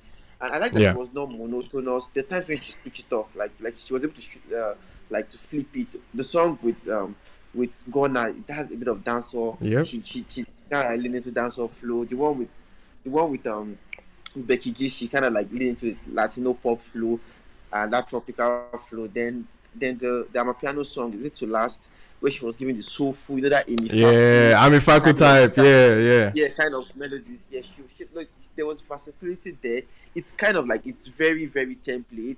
You could tell that they just like there was maybe limited input from our own end in the album. They were just like writing songs for her and tried to like follow a particular direction so it sticks, right? So I think, and it's interesting because if it works, then it's really, really nice because she's making what I like about Tyla, right? And I'm going to say something like what I like about Tyla is that she makes girly music. Her music are very sensual. Her music they're very girly. Like although she has that girly, sexy, diva personality, her music are also very, very girly. Water is essentially a sex song, like Truth or Dare, Safer. So even art too, very, very sensual. So like it's not Ira has diva personality. Ira is very appealing. She's sensual when you look at her. But Ira doesn't make sexy music. At least her music that has blown up. Right. They are music that are made to compete with Asha Kereman or Mali. They're not girly music. Ira's music that has blown up are lamba, like music that men should. Are you saying she's still doing too much Sister Mary Claire? Sorry? I didn't get that. Are you saying she's still doing Holier Than Thou? Like, what are you saying? No, it's not Holier Than Thou. I'm like, the difference between two of them is that like one has sensual music, the other doesn't have sensual music. The other has I don't ama music. That's what she, like a man kind of music. Basically, you're saying that Nigeria is worrying our babe. No, she did Stability. Like that's like Tyla would not do a song like Stability. Yeah, she did Stability. Then she was using sensual vibes to push the song. She was being sexy. She did Coma, and she was like Coma is practically it's like a Victor AD kind of music. Yeah, it's very assertive. But I think you're missing my point. I'm saying that that one person is from South Africa and one person is from Niger, where really and truly Auntie Tiwa is the person that has been helping the babes pave the way for being able to express themselves as freely as they can in music. Do you know what I'm saying? Yeah, I think it's how she chooses to go though, and although there's also that factor because she's competing with Rema and Shake Omale. She's trying to make music that can compete in that particular space, and maybe I don't want to say unfortunately, but as it turns out, our music that actually blown, they have been Lamba music, Bloody Samaritan, Rush, Stability, Coma, like the sensual music she has made, the girly music she makes they didn't stick, right? So I think for someone like Ira, like that's why the US success has been it's kind of like been difficult for her to penetrate that market because our music is not really, really girly, and Rush blew up in France, and that's where like she had the success, and I mean because people have been comparing both of them, and so I think and our next album I'd like to see her do some like give it a bit of like an R&B facing, like the way but I completely understand what you're saying. But I feel like on a singles rollout type of wave, she hasn't done that. But if you go into the nooks and cranny of a 19 and Dangerous, she does have those girly and like I guess macho like Western influence records. Like Yeah. she has those. She has those. I'm trying to. I can't remember the songs, but songs like Toxic, songs like if I could go through 19 and Dangerous, there's a feature even from one LA. Yeah, there's one LA artist on the album too. That sound is exact, like it's very it's exactly what you're saying. She doesn't do it, but she actually does that on that particular record. But she hasn't been forward with it. Yeah, she's not.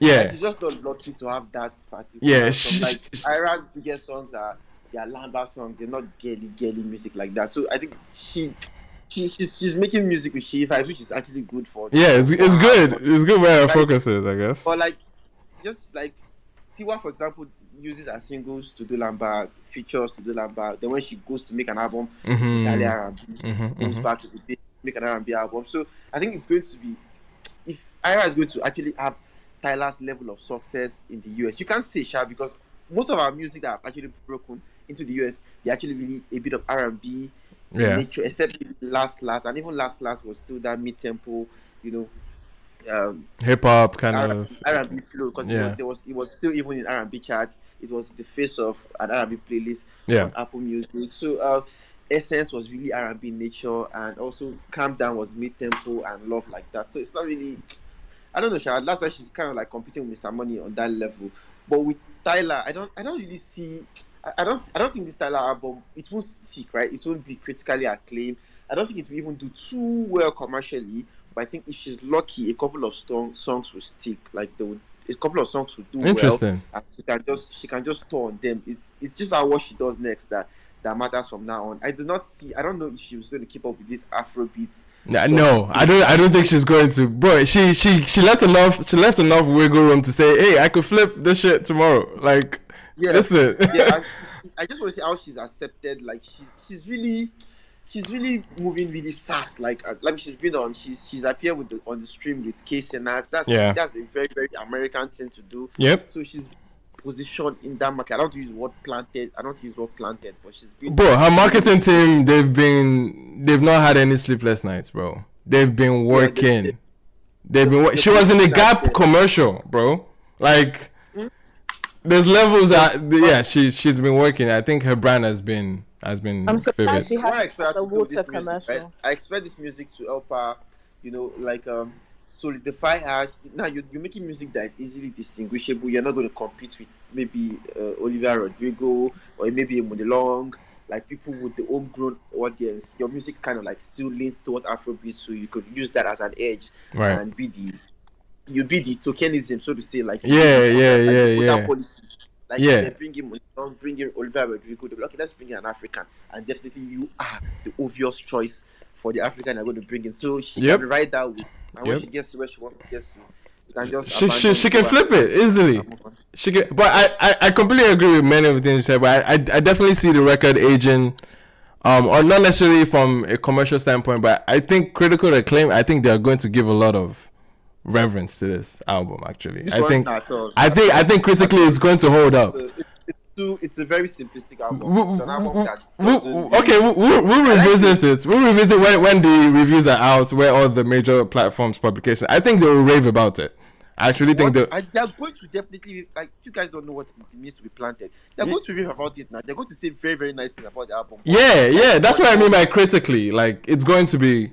It's going to be not critical though. No, but which is not critical from publication standpoint. For publication, it's more of a critical from word of mouth. The managing director of Sony putting a call and saying this is the best. Go with the agenda. Yes, but to be fair, we've seen planted people that they've been given rough reviews on their stuff. But anyway, I think either way every take on or every perspective I've seen on the album so far has been favorable for the most part, and I think many people are going to like welcome it, because even from a critical standpoint, from a technical standpoint, a lot of the songwriting, her vocal performance, the production quality, I think a lot of those things in terms of when it comes to the material strictly, it's good. It's objectively good. I can see many people even giving it that accolade for it.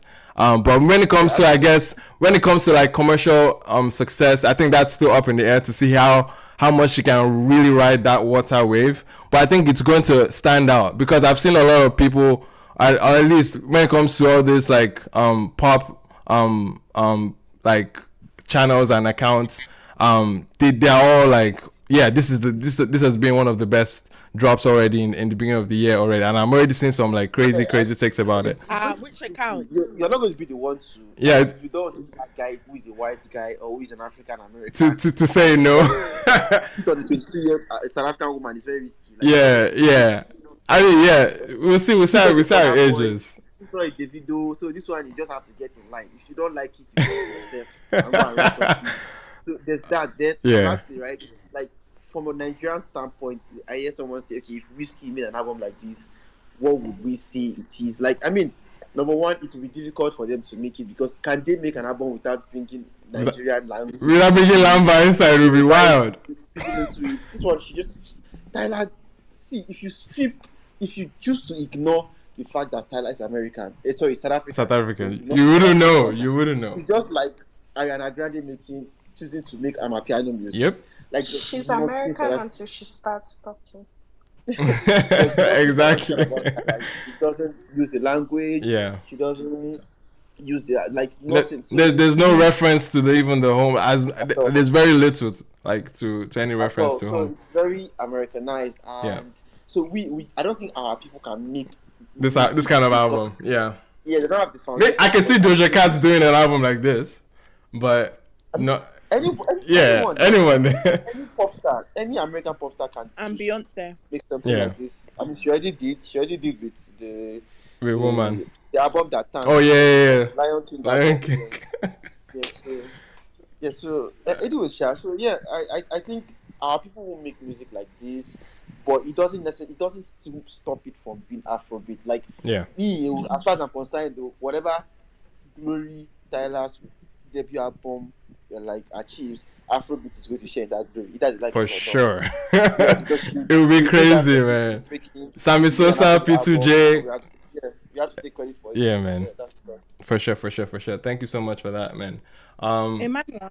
Yeah. Sorry, can I ask you about what you think about the collab choices? Oh yeah, it's spreading the nets, man.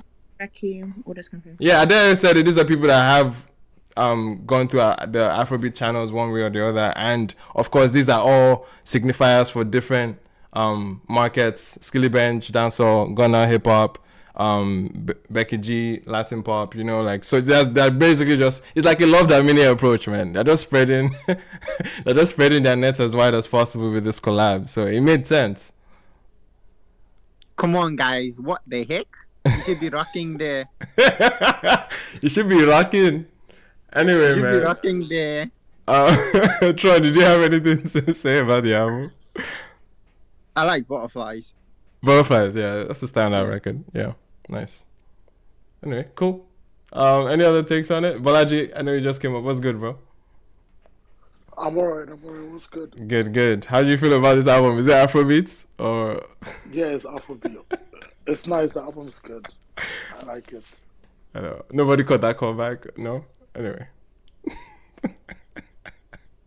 we'll move on, man. KD, have you shared your thoughts on this album? We've not heard from you. KD, what's good? Yeah, it's nice. You guys know. I haven't heard it. So you haven't heard it? Katie has not heard it, but he said it's nice. Anyway, Sha. Is I've that been listening to the Metro and Future album, so there's no time. you've been listening to Metro and Future instead? Anyway, shout out to Metro, man. I know Saz. Hefty track. So I can't really say, but I think it's nice. I had like 2 tracks, so Yeah. worse than that. So. Oh yeah, what do you guys think about the Thames record? Number 1. The what? The Really Thames, nice. the Thames feature. I haven't forgot Thames when I was It's nice. listening. Nice. Okay. I think it was good. I think it has potential to be a good summer song. Yeah. Maybe If it's pushed well. We'll see. I think she has a few more options. I think right now they're pushing Art. I think they got a video for They're it. pushing the one with Becky. Truth or Dare. I think arts, yeah. Truth or Dare too is I had its run after the EP dropped. I don't know if they're going to lean into it, but Truth or Dare is definitely moving already. But we'll see, man. I didn't know the thoughts on it before we move on. I think it's been time well spent. I wish her all the best. Yeah, She man. better utilize the tour. Yeah. I should announce the dates now. I should announce new dates. No, she hasn't No. announced She it. better announce still now. on med- She said she's still on Like, injured. medical She said she's leave. she's injured. on It's sick now. You people she's should let sick her now. You people should leave get. her alone. No, I'm saying Someone now has is the to time say to high announce. standards. Anyways, let me know. Now's the time to announce, man. Where everybody has the album in their mouths, man. Like, it's obviously makes sense. But anyway, Okay, tell her I doctor have to something make to add. us I think not sick. Tyler has the advert of the year so far. the what of the year? The Gap advert. Yeah. Oh, the commercial. Yeah, it was sick. It was If sick. there's The such Gap an award, recognition, yeah. Yeah, it was beautiful. I think the There was a video. gap. Yeah. The videographer they've made a signature run of that one shot, like, choreography type of, I forget if it's a dance crew, but they've done multiple, like, music videos like this. Is it Jungle? Yeah, Jungle. Yeah. Jungle, full They've been killing it. And It's it's been beautiful. sick. Yeah. Anyway, cool stuff for Tyler. All the best to her and the album. Do we want to have the Q1 discussion now? Yes. Let's have a Q1 recap.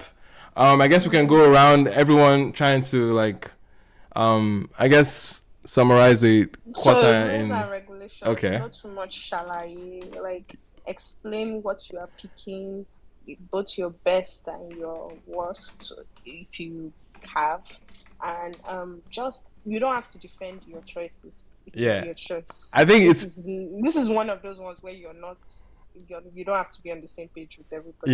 Yeah.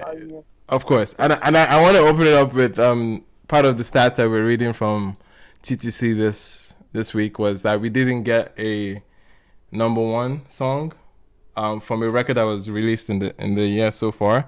So far we've had Chike and Mohbad Egu and Twe being the songs that have charted in the year so far. So I think the closest we've had is Commas, right? By Ira. I think number 2 is the peak for that song. Yes. Okay. And yeah. number 1 on radio. Yeah. Anyway, does anyone want to go at their review of first quarter? Okay. I will start. Songs that stood out for you, songs that didn't. Type thing. That's beautiful.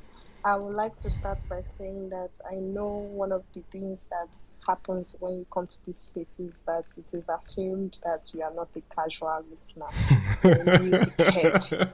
I would just like to tell you people that in 2024, I am a very casual listener. Chances are I have not heard half of the songs that I've dropped this year. I've not even read up to 7% because I'm not paying attention. Standout songs, Commas. I went to listen to that one. Was it Audio song? Audio. Cute. Yeah. Okay. Was it Gaslight? Gaslight. Yeah, that was a cute. Everyone's raving about this. Yeah, it's okay. It's nice. Okay. For when Romeo Must Die came out, I was spinning that for like 2 weeks straight. So I was like, that's a good one. Nice. What about albums? Albums or projects? Projects. The only thing that I like that has come out this year as far as projects goes is just Tyla's album, actually. Oh, really? I don't know what it is, but people are not doing anything for me. Maybe it's in the like halfway through the year that I'll start caring. I actually wholeheartedly don't care about any of the like recent albums or anything. Like nothing is standing out to me in any way. I don't know why. Fair enough. Yeah, that's just me. Fair enough. Any other takers? Anyone wants to take a stab? For projects, well, I'm not okay. Let me first start by saying I'm not a casual listener. I just listen to what I like. I just listen to what I like, and I don't listen to what I do not like. So, for projects, and I'm actually like a big project person. So for Q1 to end and only blended EP, that I know that I have listened to like back to back Bo. is telling. So, Wait, but which for one was this, So blended? Noso Amadi and Emotional Oh, Oranges emotional blend. blended. Yes, yes, yes. I remember. for the songs, in my head, which is the from blended, Bam. I so much love this Lady Donley song Nadai. I so Interesting. much love like I so much love that song. Then Crown Bounce, God, Oh means yeah. means verse on that song just takes me to heaven. Love it. That's that That's that song. Odusi and Mint for anyone that Yes. Crown Bounce. Then I think honorary shout out to no, sorry, how can I miss this beautiful song Ohima, Movito and Taves. Ooh. Oh God, yes, I love that Bo Ohima bo bo song. bo bo bo Love that bo. Ohima song. Then honorary shout out to Folake. Nice. I'm a The Weeknd fan, so like that song just ticks my box. So yeah, that's all Nice. for me for this year, Nigerian music wise. Nice. Good stuff. Any other? Yeah, I definitely love Me, the shout outs. Blended, Melvito EP as well. Those, for EP conversations, I definitely would revere those two. I don't know if we are considering the deluxe of YKB, but essentially that's the follow up was very good in terms of the Oh yeah, material. was the deluxe this year? Yeah, it was. It was this year. Oh yeah, I love that. I love the deluxe. So the how do you pronounce this song again? High and sober. No, go on song. Yeah, high and sober. Is that high and sober? High and sober in brackets go on song. Oh yeah. I love that song. Yeah. I love that song. Yeah, YKB. that's one of my favorite records YKB actually. has this type of like comedic um take to his like songs that just like makes them enjoyable and Yeah. like I He's like he's one of the students of Wandeko University, man. He's cut off that cloth. at least he did not take the falsetto class too much. So That's shade. Slick back. That's his shade. That's is the straight dagger, man. the shade directed at us. Yeah, obviously. Anyway, any other? Someone was going ahead. Before I Yeah, interrupted them. I was gonna say my favorite this quarter has been Crayon Fade Away. Ooh. Yeah, I think that song, I don't know, Interesting. Crayon's just really good. Yeah. But that song, I remember listening to it in Nigeria, and what's it called? I was like, who is that? Then someone told me it was Crayon, and then ever since it's been on replay. Who's that? Someone told me. Yeah. Like you know those songs that you're like, oh, I want to know like who the artist was. I want to listen to it. I want to download it on my phone. Yeah. So yeah, Fade Away was definitely one of them. Okay. Nice. And apart from that, I'm so sorry. I'm in London anyways. The song that is getting popular. I don't know if it's a song but everyone is doing that Shally Poppy dance. So LOL. That's the one that I can say this quarter. But yeah, there hasn't been a lot of.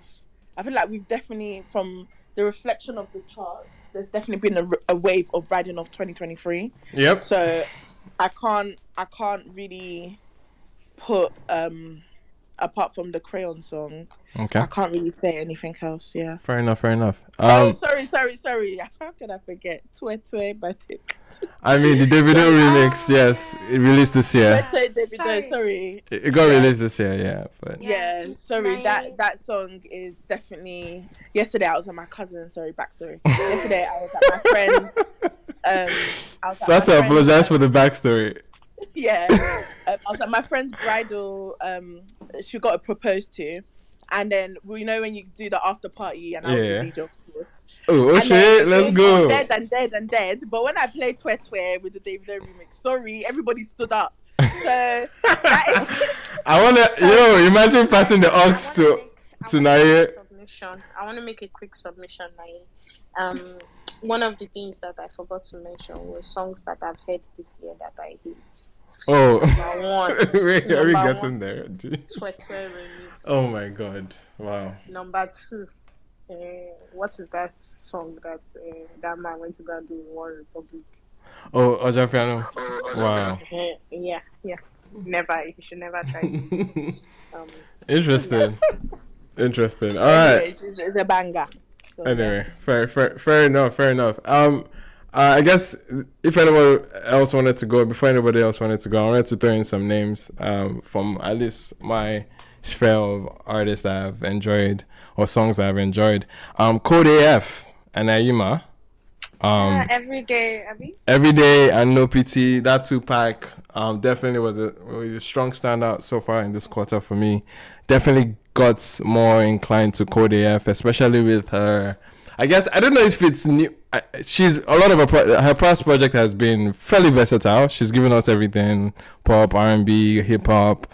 But I think she with this 2-pack she leaned into and dancehall attributes, which I really really enjoyed. Almost coming for like a Cynthia Morgan reincarnate type of steez, and I love it. I think it's very, very it's very authoritative. It's very confident. And those two songs, Every Day and No Pity, they really, really shine through. And Aima as well was a very, very, very amazing voice on those two songs to really complement the record. Somebody else that dropped a really good song this Q1 is BK.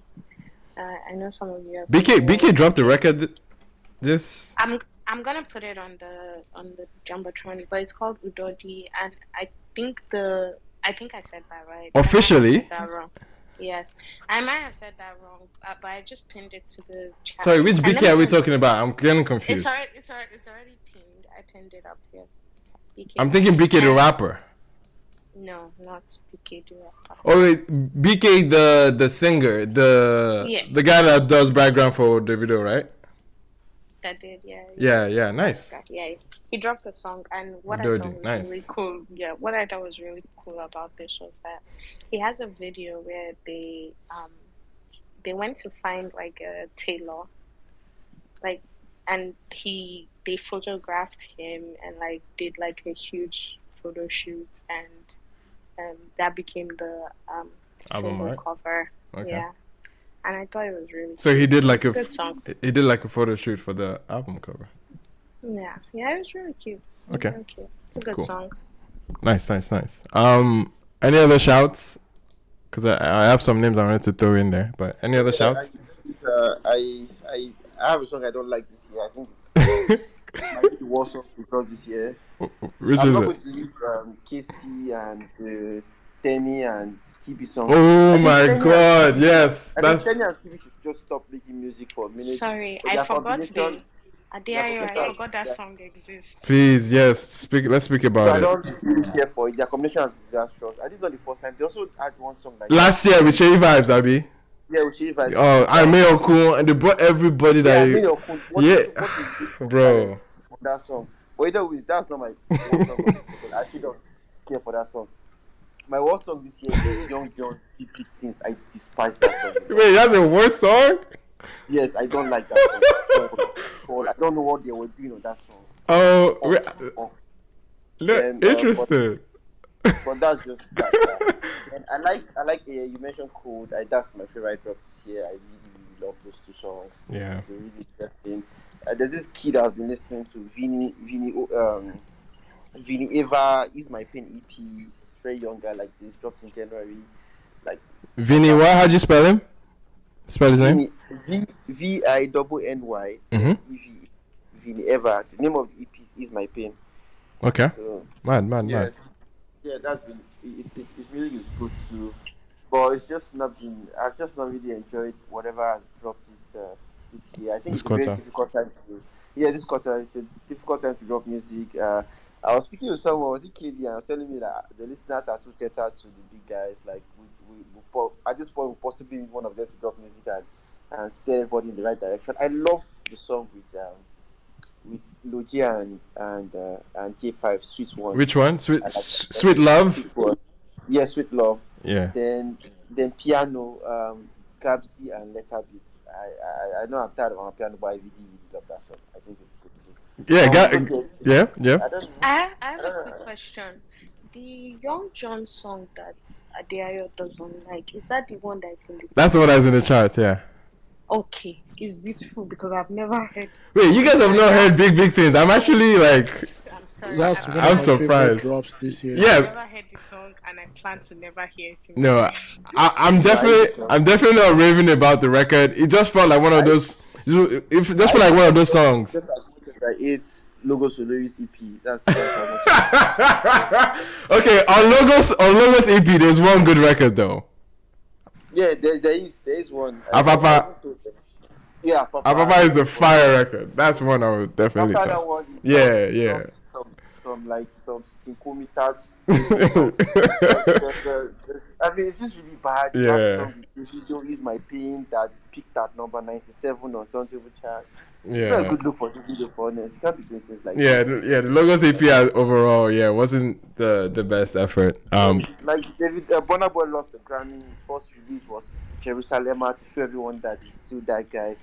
You lost the Grammy and he came back and he hopped on Logos Oloris is my pain and you guys. I think it's embarrassing, but well, it's cool. Yeah, I didn't even see the record from a Davido angle. It was just more of a this is my artist. I have to alley-oop him at some point, so he has the record. But he didn't even feel as passionate about it or convicted about it to really sell the record. But anyway, man, that was interesting. Are there any other songs before we move on?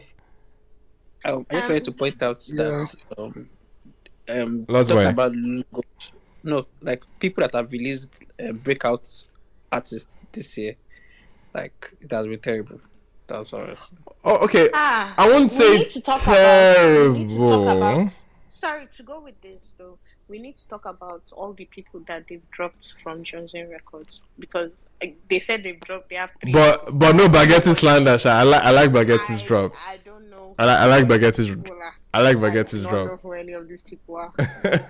Baguette with Hard Girl. Spaghetti. Yo. Yeah. We can of course we can banter the name, but I like the Hard Girl record. I really like that song. It was essentially her breakout song. But even on the EP, there were strong moments.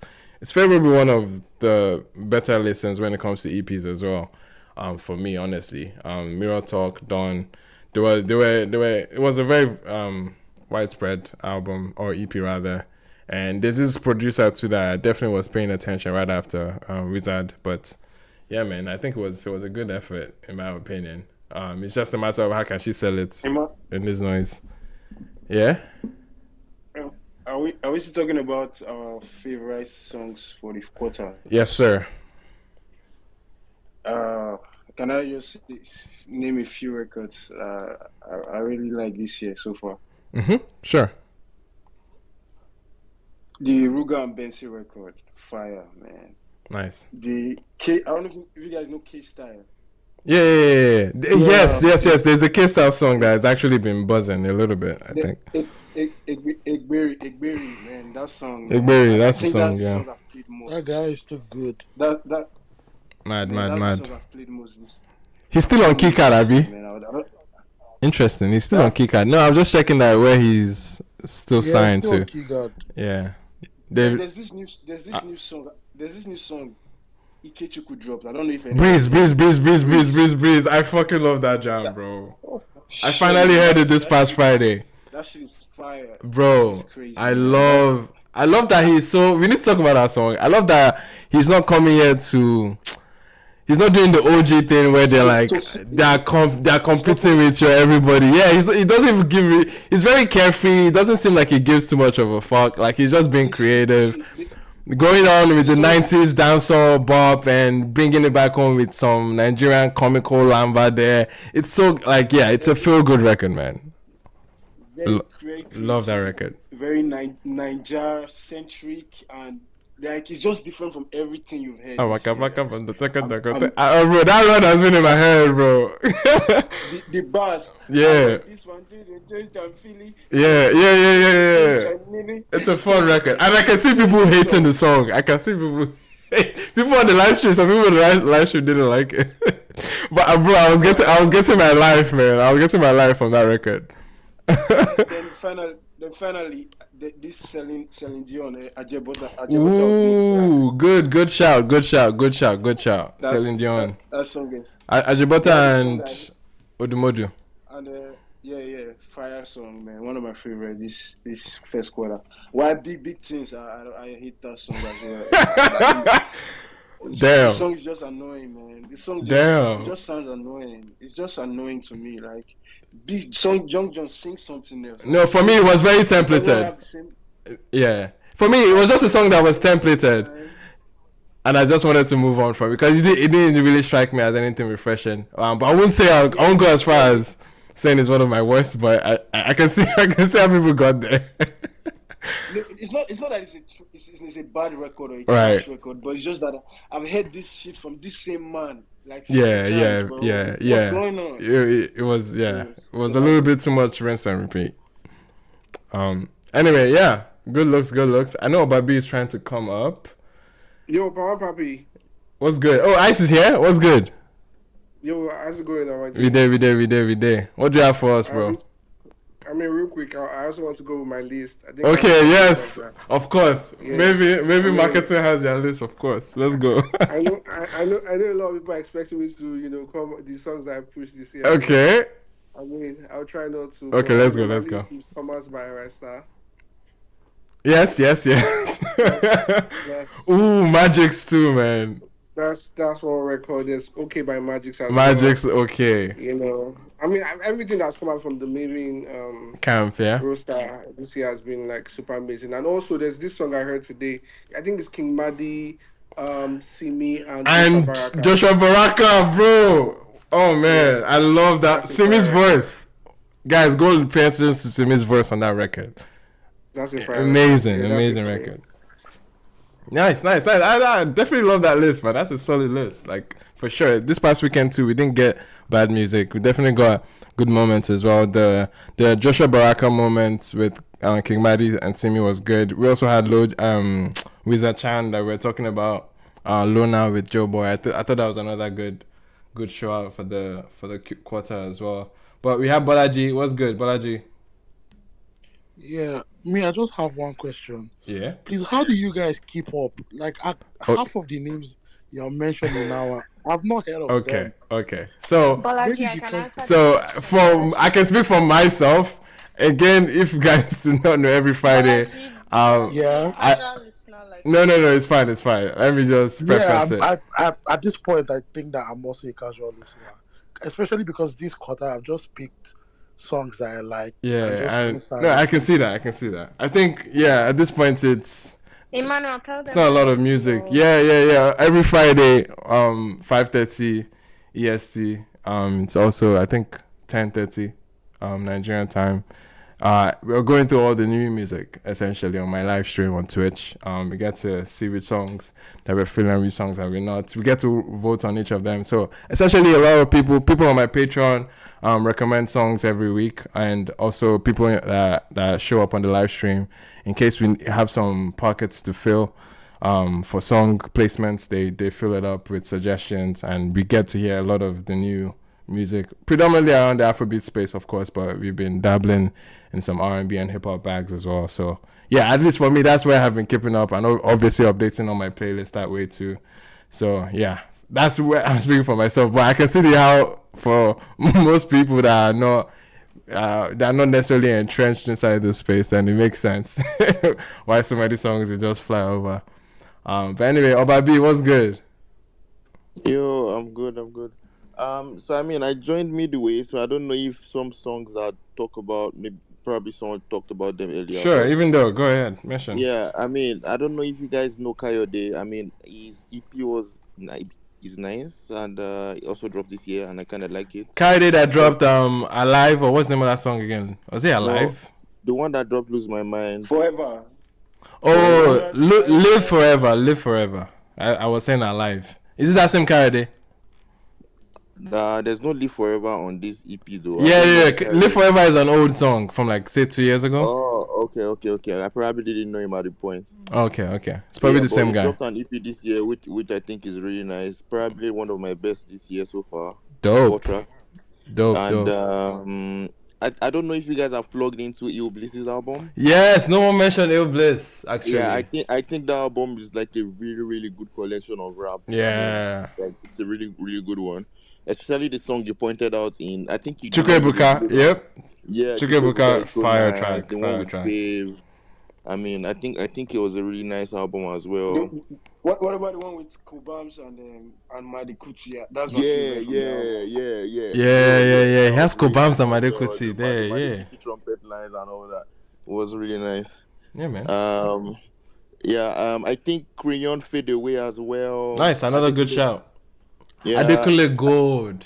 Life I Chose. I don't know. I expected more from that song, but I don't know. I don't know what's up with the marketing or I don't know. Probably people are not just plugging into it as much as I thought. I guess it's been a rough year to break out records this year, man. Because you hear some decent material, but it's falling through the cracks for most people. Mm-hmm.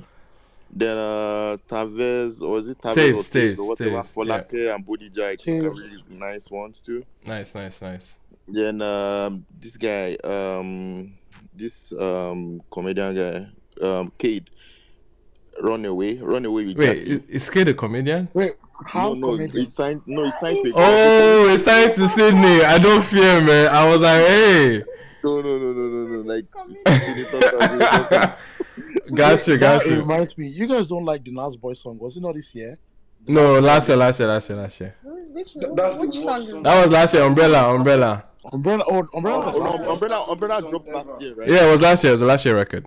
Yeah, I think it just. I don't know. I probably picked more themes this year, but I think it dropped last year. Really? And, really? But everyone's spinning that this year? No, I don't know. I could be behind because, like Bolani said, honestly, for the better part, it was a December record. It felt like a December record, man. No. Obabi, if anybody was spinning it, it might have been only you. No. Well, it's okay. To be frank, people were definitely raving. It even made TTC impressions, I think. I think it was top 10. No, it did. It was a big song. I think, even towards the end of last year. Yeah, it was a December jam. I'm just saying that's that the worst Afrobeat song of all time. That's the worst. Now. Kataife is there now. Nobody can tell me nothing. There's Cuckoo Fun. There's Chokiri Chochocho. Come on, bro. There's options. There's options now. Abba. The piano didn't release. And Chokiri Chocho was better than that song. How was Chokiri Chochocho better than Umbrella? At least we know they were just having fun. This nigga was mocking me. Yo, Umbrella was okay. Umbrella was not a bad. I mean it's because he's a comedian, and plus the record is actually it's one of those songs that obviously, like, bro, the marketing was very piercing. Emmanuel, take a trip back to the very first time you heard that song. No, I'm not raving about the song. Trust me, I'm just saying it's not the worst. There's no way it's the worst song. I think there's actually redeeming qualities about the record. It has a very potent and catchy chorus, bro. Like, you can easily like catch the record, and obviously the piercing marketing for it was very aggressive. You definitely you knew about the song even without playing it. You know, it was definitely one of those records that you couldn't escape on your TL. And the dance thing, you know. Yeah, exactly. And people were doing great covers on the song too. Great covers for it. Yeah, I mean, it's not a bad. People did covers. Yeah, that was part of the marketing too. Some really dope talent. Like, I mean, that's the nature of cover culture. You definitely see a lot of gems that get creative with the song, and a lot of people really took the song to really creative ends. So I wouldn't say it's like it's a terrible song. That's too harsh, man. Like, damn, one of the worst Afrobeat songs ever. That's wild. But I mean, I think I have two more songs. The one you pointed out on your thing as well, on your Instagram as well, D1 Wave Woke Up Here. Okay, people are tapping into D1. I like it. Nice. Yeah, I like that. And then last one for me, Zaya. I think he's an emerging artist. I mean, I don't think he's an emerging artist. Zaya, ZYAA8, Jolene. I think that's also a good song. Interesting. I don't think I'm tapped into Zaya as well. Anyway, there've been some decent records showing up here and there. But in terms of rotation for me, there was a few songs from last year too that kept coming back into my rotation. Cannabis, that had Brown Joe, Tariq, and Ima Oniga. Even though it's a 2023 record, I spun that shit most of this quarter this year. Cannabis is one of the fantastic records. I'm excited for Emma Oniga to see what else he has to offer, man. So yeah, that was another good shout. Did people know that Yadman Young Girl dropped a project? Or at least a deluxe? Did anyone tap in? I guess not. Cool. We can move on, man. All right, guys. You want to? I mean, no. Honestly, I think I saw. I mean, I didn't tap in. Yeah. But I didn't listen. Got you. It is what My it is. song of the quarter, show Kizz Daniel. Mad. Tap in. I hear for it. Yeah, bro. The talking drums at the end of that song. Yeah. Show and it's beautifully paced. Like it's just want to like. Yeah, it's not fast, it's not aggressive, it's just like, it's a nice pace on that record, and I love it. It's a good record, man. I still need someone to tell me how Kizz Daniel does it. Time and time again? Again and again. It's always so seamless. Yeah. Just tap in. I mean, he's obviously talented, bro. He's good at what he does. Yeah. But, I mean, I don't know. I think I have, how do I put it? I have a point of concern for Kizz Daniel. I don't know if I'm the one who feels that way or there's something I need to understand. Sure, let's hear it. I kind of feel like he should have more penetration in the global market than he currently does. I feel like he should also be that kind of guy that probably should be on tour. I mean, not like shutting down stadiums or something. Yeah. But like, I mean, something like what Ira Star, Adekunle Gold and Co. like do. I mean, just go around the UK. I mean, he's definitely doing what Adekunle Gold is doing. Trust me. Okay. When it comes to, I feel like, yeah, I don't know. I understand what you're saying. People have picked your lane. People have picked your roles, and he just happens to be the best at his lane, his role, his market. He's not necessarily he's not tapping into the white girls in California or some shit. Like, he's not on that wave of Afrobeats to the world. He's more so gravitating towards the diaspora. Kizz Daniel he's a very, trust me, in any pocket or any setting, it doesn't have to be arenas, but he's very well tapped into the diasporas of these markets, be it US, be it UK, and many other places around the world, as you can see from many of his tours and stuff. But he's just picked a very, very contingent effort on the Nigerian markets, on the diaspora markets, and it's been working for him. I think he has made a very fruitful career out of it. It doesn't really I won't be moved, or I won't necessarily be impressed that I feel like he has to make a penetration to the US market. If anything, I want to keep Kizz Daniel to myself. I want to keep Kizz Daniel, not to say like he cannot move on, but I would prefer to keep Kizz Daniel low key, because I feel he strikes a balance for the space.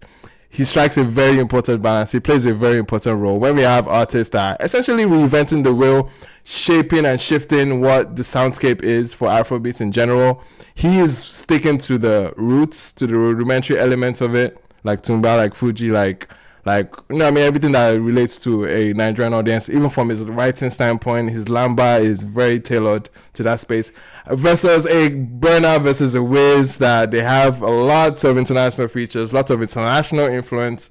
And I think him and Davido are sort of finding that balance. More so him than Davido, but I think I appreciate that there's a Kizz Daniel doing what he's doing for the space. It's a yin to the yang. It's a balance for the system, and I think it's good. And he's not saying he's not an Afrobeat artist. That one is definitely there, bro. Imagine Kizz Daniel coming out to say, yo, that day, man. No, Jesus will have to come, man. I think sometimes we don't respect Kizz Daniel, bro, because what he does in this game is he plays a very important role, bro. Very, like, we need a superstar of his caliber. It's not easy to just be dropping it anytime you want. Like, anytime you want, bro. That's just insane. Even Wizkid and Davido, they struggle sometimes. And guess what? He becomes the butt of the joke, because people see, when people say Afrobeat has no substance, they really turn to him. They really are pointing at him when they say a record like Twe Twe or a song like, Cough is a different exception, but no, but it's not even a stand thing. I'm not even gonna say it's a stand thing. It's a thing where you see a song that is so prevalent, it has a very, very somewhat cheap hook and very very catchy hook that you just tend to denounce everything else of the song. You don't pay attention to the choruses, to the words of the chorus or the verses. You don't pay attention to the brilliance of the songwriting, the innuendos, you know what I mean, the wordplay he has in many instances on the songs. You don't pay attention to those things because you don't see value in them, right? You just see Kizz Daniel. Yeah, no, I don't think it's his fault. I'm just saying that's how usually people observe pop music. Yeah. If you have listened to his full album and shit, yeah, you know yeah, this guy writes very well. Yeah, he's a great writer. He wants to talk about love in a loving way. He can love you. He can play. He can give you do. It's just that people they want maybe a certain. They like a certain part of him and they want that part every time. Yep. And he's way more than that. He sings different times. And I'm not a Kizz Daniel guy. It's not that I go to listen to him often, but I can appreciate when somebody is just totally good because everything I've heard from him is sweet, good melodies, the lyrics they follow. Yeah. So I don't really know why they just want to underrate the guy sometimes. And moreover, he has lasted way above all his peers. Ricardo Banks. I don't necessarily. Hello. I don't necessarily think that anybody underrates him. I think it's just the vibe that he himself gives off. Portrays, yeah. He's just I just want to do my music, no stress, no shouting, just drop bangers, go for shows, make my money, go home and sleep. I'm not in the news like that. It's just a very like happy vibe. Just enjoy the music. Don't stress me. I will not stress you, and all of us move on. As go ahead. Fans, people that are not in our face, we tend to not appreciate them as much as the people that are in our faces, right? Yeah. So because he just makes beer bangers and moves on, everybody's just like, oh, it's just Kizz Daniel. But then when you actually have conversations about him, or you start to look at like the records he has dropped, you're like, oh, he's that guy. Right. But because he's not concerned about being in our face, we just, everyone just says, oh, it's Kizz Daniel. Yeah. But he has as much claim as the next guy in terms of like records that he's had. No, Balaji, you brought up a point. Pride people. Yeah, Balaji, you brought up a point that I triggered because I've definitely had this debate with people, especially when it comes to. Shout out to Outsiders. I love you guys. I love the banner rhetoric of Afrobeat has no substance, blah blah blah. It's amazing, but it's not true, right? I think people, and this is not even a Kizz Daniel thing. This is a general pop or even music discourse like dynamic. Any song that is usually quote unquote happy, that is cheerful, that is serves a role as to be like functional for parties, for event, for like anything rave, anything happy, they usually associated with like lack of substance. People associate depressing or dark or social justice, anything that essentially is heavy. It's heavy on your heart, or anything that is sad or depressed. Usually people give more artistic credence to it. And it's that dynamic that is spread across, even in the West too. People rate Young Thug over a Kendrick anytime, any day, because Young Thug makes a lot of cheerful and at least happy or fun, or Future is a better example. They make a lot more party leaning or a lot more happy context, and then people just in general look down on happy music. Happy music doesn't. People just look at it from an artistic standpoint, from an artistic lens. Happy music, people don't rate it. People don't give a lot of like. It's usually the sad and depressing shit that will win Pulitzer Award and everything. You know what I mean? So yeah, like I think that dynamic exists too for Kizz Daniel. He's a victim of that too. People just denounce the brilliance of his work because it's making people too happy. So therefore no substance, which is so dumb. Because in itself, like anyway, Sha, that's out of that thing. Sure. You should announce data big. You should announce data big. Yeah, for sure, man. I guess I was going into the Davido conversation, but I think Adele and sorry. Yeah, I don't know if anyone mentioned this Ricardo Banks song. It was that guy that talked about Ricardo. Faculty? Is it Faculty? No, Feel Different. The one with Adekunle Gold. I don't know. That came out last year, but people are talking about a remix, right? Yeah, the remix. Yeah, I haven't heard the remix. Yeah, I haven't heard the remix. Oh yeah. And then How is it? it was. I mean, I didn't hear the original song, so I don't know what they added to So make it tragic, amazing. so tragic that people didn't know But the original. yeah, but I mean, I like the remix though. And NBA for Africa dropped a song, Different Feeling. I think that was really nice as well. Oh yeah, yeah, Yeah, I yeah, saw snippets of it. It sounded yeah, nice. yeah. Nice. Hmm. Good stuff. Adair, you came up. What's up? Adair, are you there? Yeah, you mentioned this Kizz Daniel thing, so that's Yeah, why I came yeah, up to say my mind before I go to bed. So I'm yeah. actually even writing something on him. I think I should publish it maybe next tomorrow. Nice. I think, as far as I'm concerned, I think it's the most I don't say underrated, because when it comes to Kizz Daniel, that's one of the words that gets thrown around a lot. Underrated. I do feel it's rated perfectly, right? Yeah. I do feel it's rated okay, but I do think it's underappreciated, especially when it comes to his songwriting.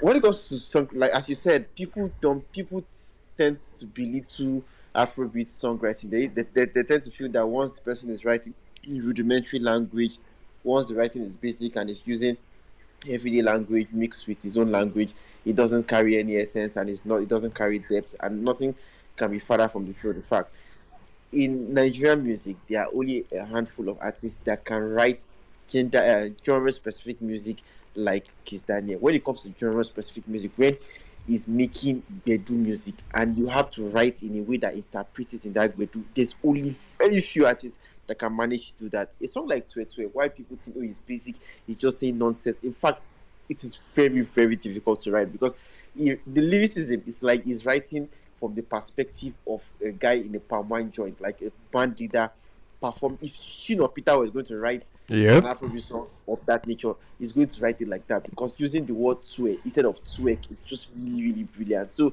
we tend to just like belittle these guys because of how like, if you listen to Showa, someone was saying he said something on that Showa song. He said Shoni capital business, Shoni character business. Like, then he now said that, can you wake up at 4:30 to cook breakfast? To cook breakfast, yeah. Referencing like, that he Mommy just Z thing. realized he was rhyming. He was using pop culture Yep. relative terms because of the woman that trended, that woke up at 4:30 to cook for her husband. If a rapper said this thing, if one of you people's banging, people would have lost their brain. But because it's Kizz Daniel, and because he's doing it in sing-song pattern that allows people to sing along, they think it's just really, really easy. It's not like I can say it anytime, any day. If you remove, say, like people making like mainstream pop music that makes you dance and everything, if you remove Burna Boy and possibly maybe Adekunle Gold or Mali, because those ones I kind of seen the special, and maybe Benson, like that, they know a lot of people better than Kizz Daniel, and he can write as good as any of them if he chooses to do that. But again, it's just because it's not just a Benson situation alone, it's how they see everybody. The Kizz Daniel, a Kizz Daniel situation alone. That's why you would not think that someone like Sinodiski is a very, very brilliant songwriter, or someone like Mobad or a Belash Moda, because they're not saying it in a way that conveys brilliance, or that conveys that is played, that is corny, or like I don't want to talk about this stuff like that's why, because it's not executed in a complicated way. Yes, now it's not, I mean, it's not doing it in the vector way, so to say. No, legit. Yeah, so it's not doing it in the I am brilliant, I am smart, and I need you guys to know I am smart way. So got you. It's not Exactly. It's not in the vector way, so they think it's not brilliant. So for sure, very, very soon. Yeah, man, I'm looking forward to the Kizz Daniel piece, bro. Yeah, man. Nice. Definitely a good note to add on Kizz Daniel, for sure. Speaking of artists that we appreciate, here's an artist that doesn't appreciate some of his work, Davido. He doesn't seem to like Son of Mercy, which I have been preaching this gospel for quite some time. I know that I remember us from Clubhouse, I've been saying this, people have been dragging me for it. But Davido doesn't really like Son of Mercy somehow. The EP, he gives some background about it towards an interview that has been going around. Did anyone catch the interview? Is it the one with Shomedi? Yeah, is it the one he was saying that people faint when he performs? Yeah. I think I saw a couple. Why did you start with that? Sorry, I saw somebody. Wait, somebody else was trying to add themselves in. Was there someone in my request just recently? Anyway, go ahead. Sorry. But to be fair, Yeah. like it's not just this interview; it's all. Yeah, he has said it before. Yep. Like, And I think that I can't speak for him, right? But I just think maybe the reason why he doesn't appreciate it is because of the time that the album dropped in his life.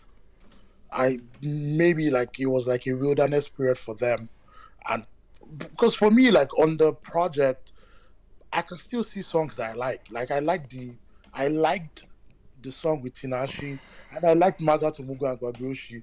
So for me, like it's something that I would jam, and I jammed then. But I don't know why he doesn't like it, to be honest. okay. Can I say why I don't like it personally? Yeah, sure. It's bland. It's very bland attempt, and obviously at that time Davido had already established his persona, in terms of like the kind of pop act he wanted to be. I think the nail in the coffin were just from the two features for me, the Nasisi feature and the Tinashe for me. It just felt like new territory, or it just didn't feel like a Davido we had accomplished, or at least gone to know with the run of hits and Bedu that it was giving us. For me, it just felt out of character. It felt out of place. It didn't feel authentic. It felt very forced. And coming to hear from him to essentially validate that feeling of it feeling like forced music, or something that doesn't necessarily feel organic. It translated upon my first listen, and it's been my rhetoric about his discography. Like, Son of Mercy has been the sore thumb for me. Like, you could tell that he was in a transition period there. This was his first signing, Afrobeats to the world type of thing. Obviously he was put in a lot of places where he's not really familiar with. No one really in the climate he was put in. I don't expect a brilliant moment to come out of it. So, and it wasn't just him that kind of fell victim of that situation. Wizkid as well. A lot of you can say sound from the other side was one of the weaker points in his discography as well, prior to maybe More Love Less Ego. But essentially these were albums or projects that took them out of their character and out of their place in terms of their soundscape, in terms of their confidence on the record. You could hear that this was an experiment that could go left or right, and unfortunately it went left for those cases for me. So that's why I've been on this wave of Son of Mercy is not it for me, but essentially he validates that with where he was with that, what he has been saying with the interview, man. But yeah, that's saying you don't like the song with Nasisi. I can't stand that record. Cheesy, corny, not him. Bro, I don't know. I actually really like the song. Maybe because of Nasisi, because Nasisi had a very good moment on the song, though. But bland. I don't know. Bland. Well, okay. let's be honest, man. When Son of Mercy dropped, I understand you, Bolaji, but in real time, when Son of Mercy dropped, everybody was angry, man. Everybody was like, "What?" Was everybody angry? It was trash. Wait, people. Yeah, okay, I wouldn't say everybody was angry, but people jammed it. No. People must jam it. It's Davido. Davido was hot, man. It was Davido, but we didn't feel it. That EP lasted 2 months at most, if it even lasts up to. The video, nobody talks about that. Right? In fact, Son of Mercy just came up today because Davido was talking about it. When talking about Davido's discography, bro, he ranks last. To be honest, I think it's a very passive moment for him, like in his discography. Like, frankly, though, like it's not. What did you say, passing? Good, man. Like, it just felt like it just came and went. Like, yeah. It just came and went. That was what happened. Yeah. I mean, if the owner says that's how he feels, who am I? Well, you were coming from a fan's perspective, but I can see people liking like a song like Bagboshi. Like Bagboshi, that was the most organic, even though yes, the backstory of that song, that was the most Davido sounding record there. As we are mentioning it now, I can see like the bikes in Bagboshi's video. I can see the barbershop in Coolest Kid in Africa. I can still remember Simi's voice on Maga to Mugu. So it's like it's something that we can finish this and I can go back to listen to. Yeah. That's how much I liked it, right? Yeah. But if the owner say he did not like it, there's no point. Me, I can only go and jam it as a fan. Yeah. The owner knows what he knows, right? No, yeah. Again, that's his own perspective. I think you can still be valid to say you enjoyed it. It's your preference. Like you know what you enjoyed it. At the end of the day, that shouldn't change, regardless of if Davido is coming out to shit on it. You know. Anyway, any other thoughts on it? Taj, what's up? I saw you just came up. Yeah, what's up? Can you hear me? Yeah, but it's a little distant. I think you're speaking through your car, right? Yeah, I'm driving. Wait, is it better? Is it No, it's not. It's not good. Okay, and I'll just leave me for now when I'm parked. Okay, good stuff. Yeah. Any other thoughts on it, Davido? Not liking some of the Can you hear me now? Is it better? Yeah. Okay. Yeah. We can hear you. Yeah, I just disconnected from my car actually. Okay. Right out here, but yeah. So sorry, what's the conversation? Davido, Son of Messi. Davido saying Son of Messi is a failure. Yeah, I mean I mean that's how it feels, right? But I think what makes it interesting for me is that like it's as much as I don't have anything good to say about this project, honestly, I think I share the same sentiment as him in terms of musically. I think musically it was a failure, but I think in terms of the moment it dropped, I think people liked certain songs. I don't think the songs have aged well, but I think in the moment when we were trying to figure out this Afrobeats to the world movement and the slow down tempo of like Afrobeats, I think records like Maga Tomogo flew. I think Quest Kid in Africa actually even worked to an extent. Bagbeoshi is a horrible song in my opinion, but like in the moment people sang to these songs, right? And I guess it's a testament to like people just loving Davido and a testament to how the brand really carries the music because whether how much as we shit on the project now and how it didn't last, I remember in the moment we were all rocking to some of these records. Like I just Quest Kid to Africa and Bagbeoshi we were they gravitated. We embraced it in the moment, right? I mean, obviously, the Tinashe record absolutely didn't work. Just, I guess, also because of the Sonics. Maga's movie is always going to be a deep cut Davido song that I would always raise up there. So there's that. And then the rest were all, but still, like I said, I think I share the same sentiments. I don't think it was a great project. I think it did not age well at all.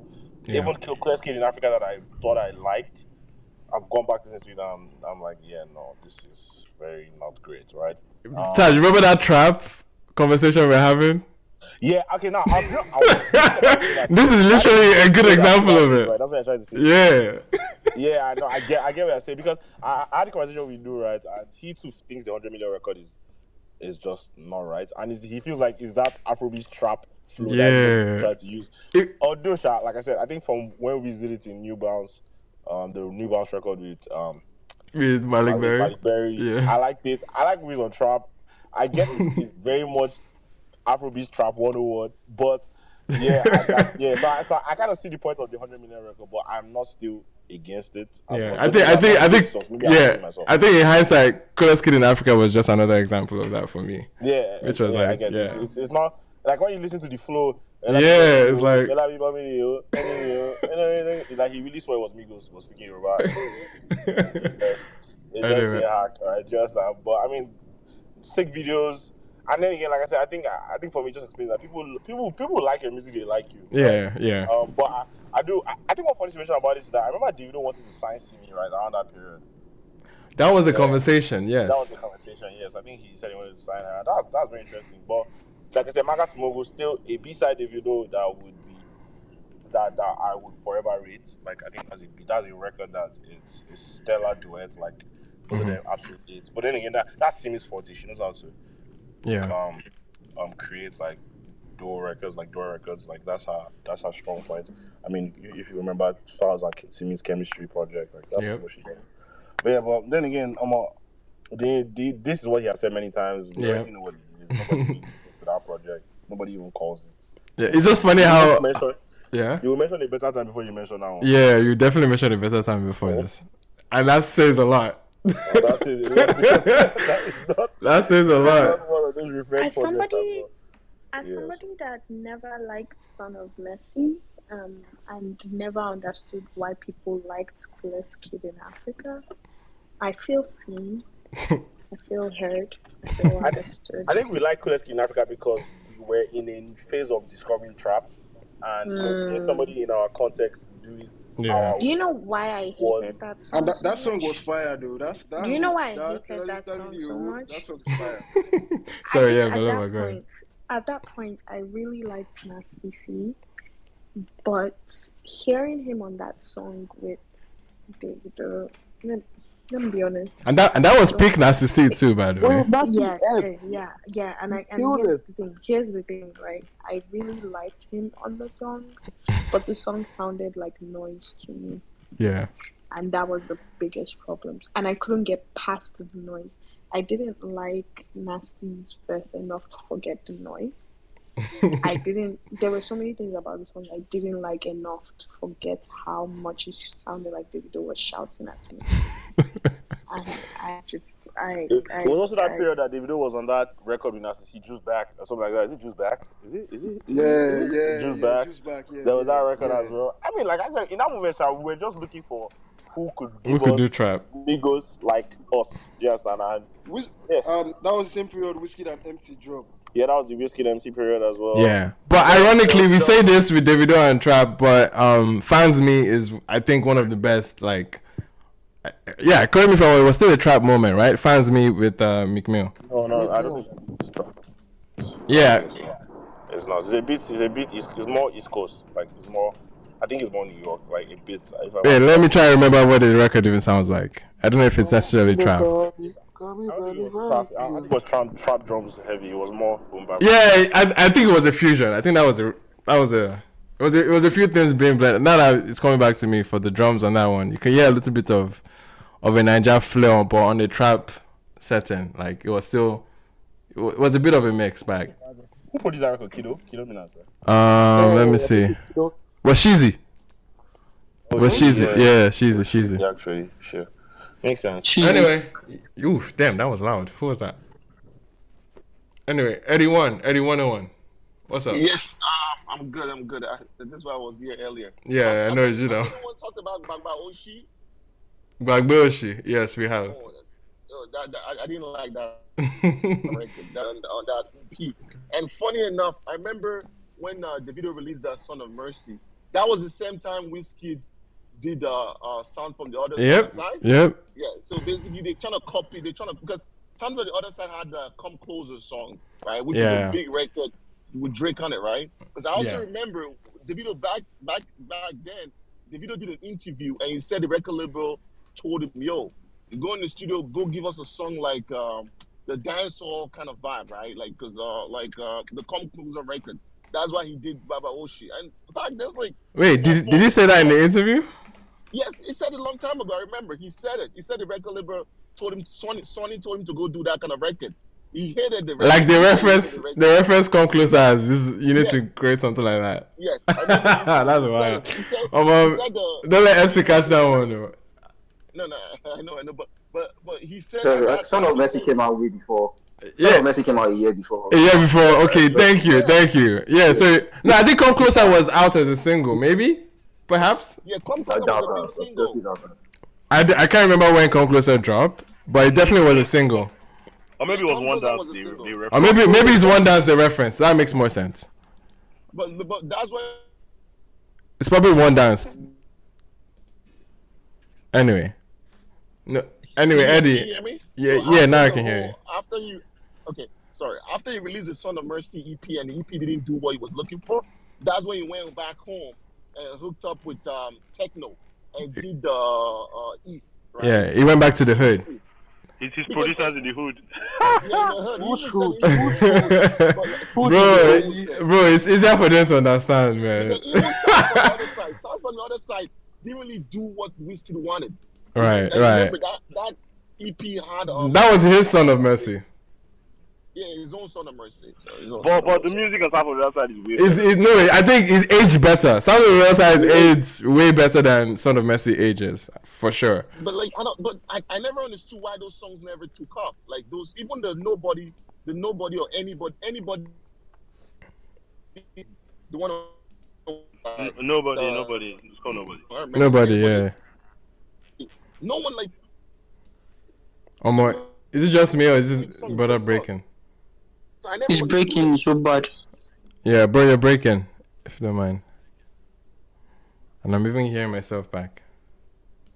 Anyway, thank you so much, Eddie. Yeah, can I go on? Yes, Eddie. Gilwin, what's up?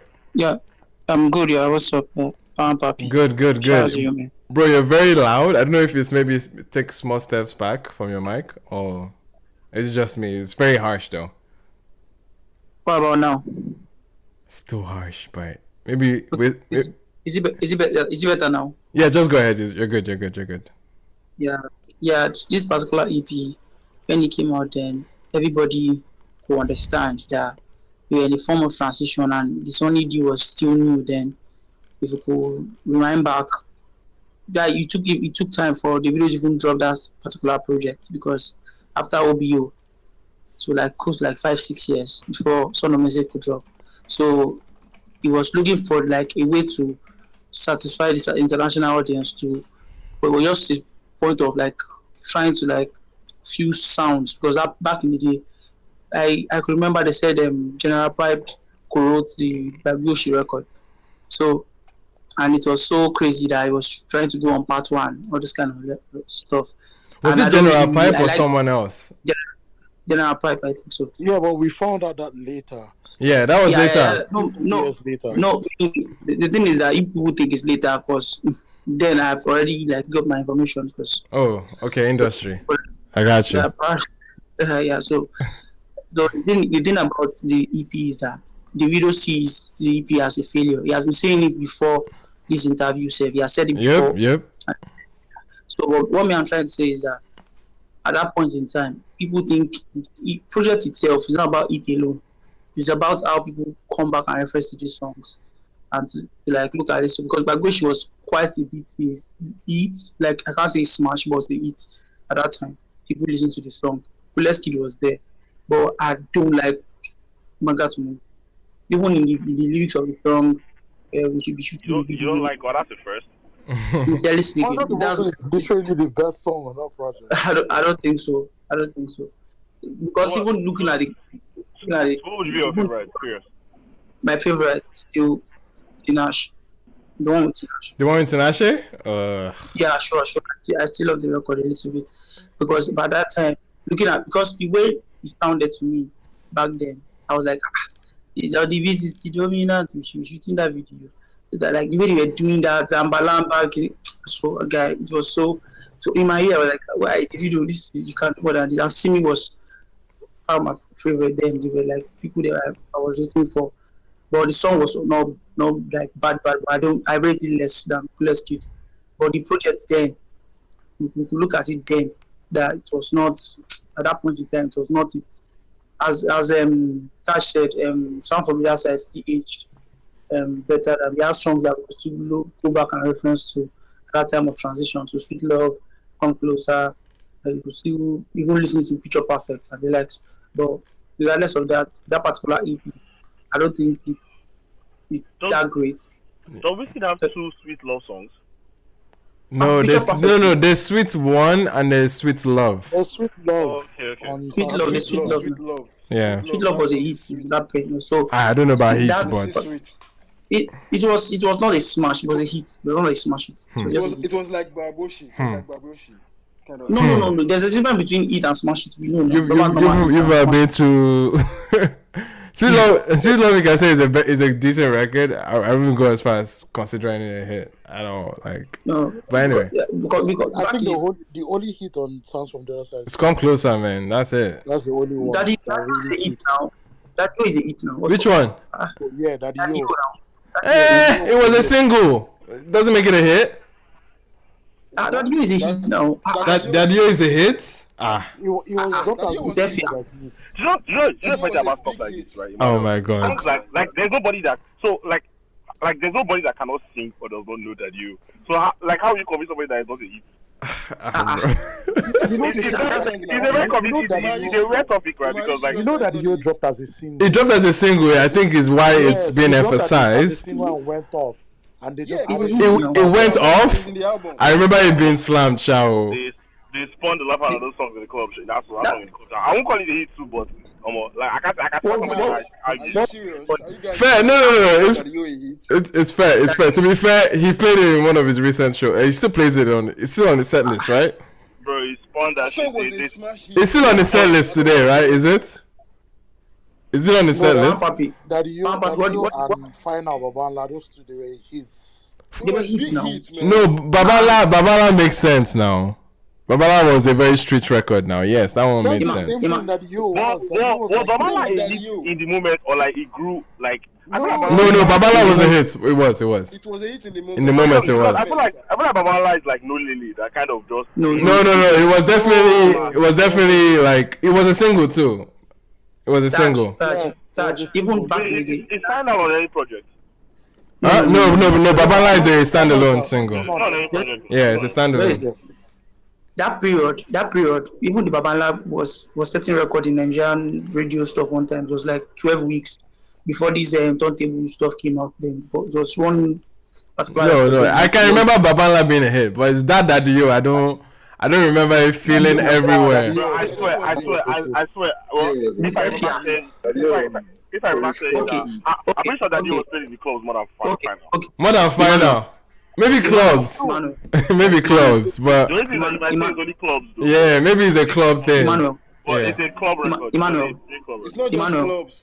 Emmanuel. Yeah, sorry, damn, I'm hearing my name too many times. It's scary, bro. Emmanuel. Yeah, yes, damn. Wait, I want to ask you a question. Yeah. Crazy featured Wizkid by Shay Shay. Is he a hit? Crazy by Shay Shay? Yes. And who? No, it's not. That song was. Wait, I beg sing the song. You be driving me crazy. I be loving you, baby. Baba, wait. Crazy. I was in Nigeria. When did I leave Nigeria? Wait.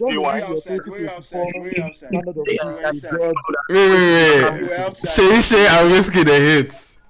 Yes. I know the song that the video they were You be calling me.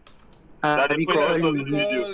Wait. No. I don't remember the song being a hit, man. You are calling everything a hit now. You guys are using your 2023 definition of hit to judge 2014. I'm not a Gen Z. 2014 you could definitely tell the hits from 2014. Bro, 2014 you could tell the hits. Dorobuchi, this song with what's it called?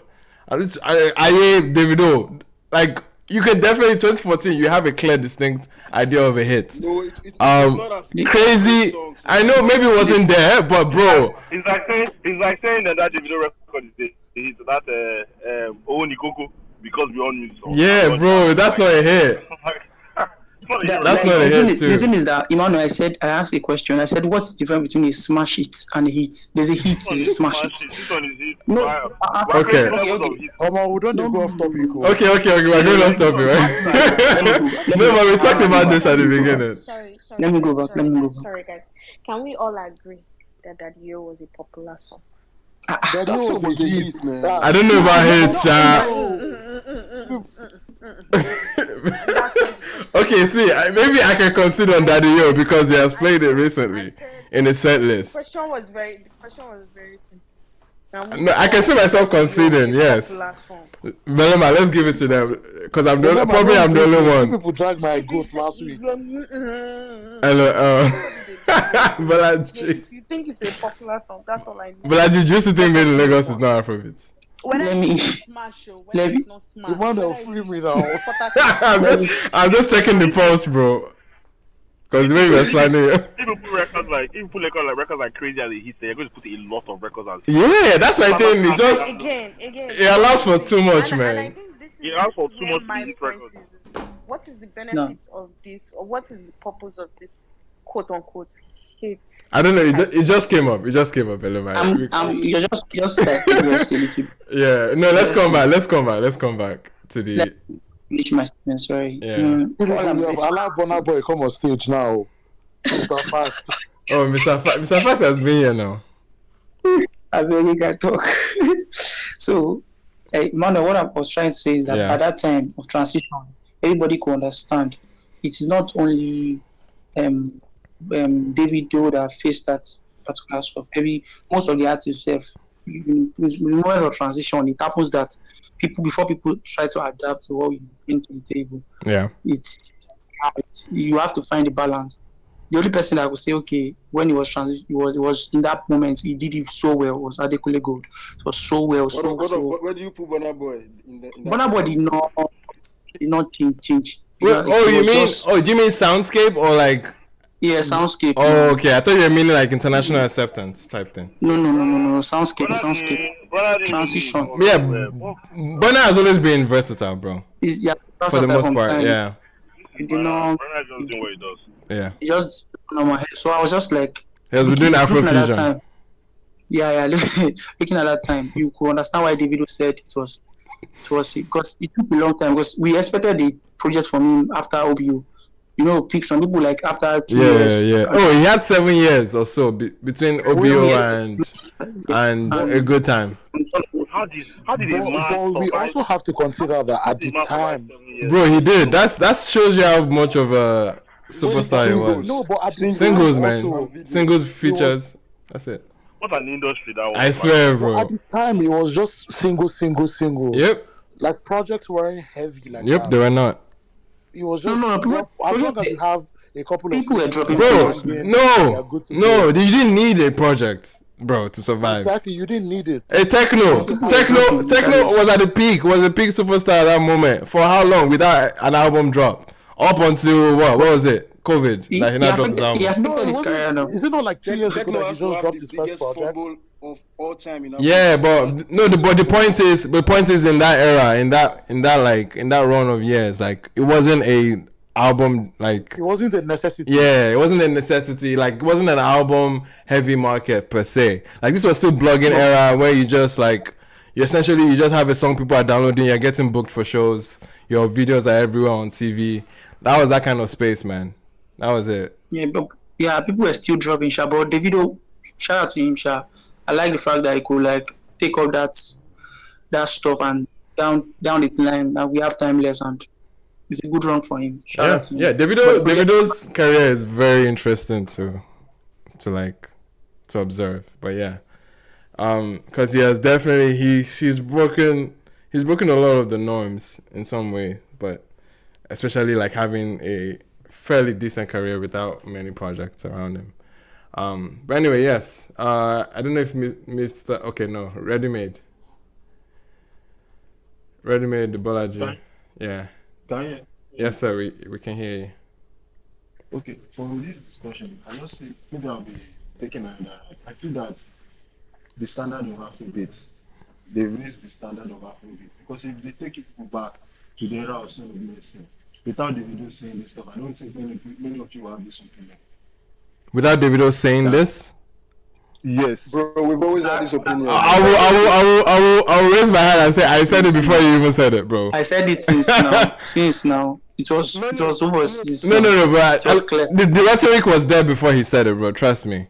Yeah, nobody cared about the album that much to talk about. Yeah, the rhetoric was there before he said it. Before somebody can conclude, you do your findings now. Yeah, he's just a little bit more self-aware than most people, and that's credit to him again. That's a credit to Davido for being very self-aware and not necessarily like bloating his status in a lot of ways. Because I can even connect that trait of him being self-aware and not necessarily exaggerating, even though yes, superstars tend to do that naturally. But I'll give him a lot of credit for even giving credit to songwriters. Okay, like Afrobeat was not a culture that was accepting of songwriters in general.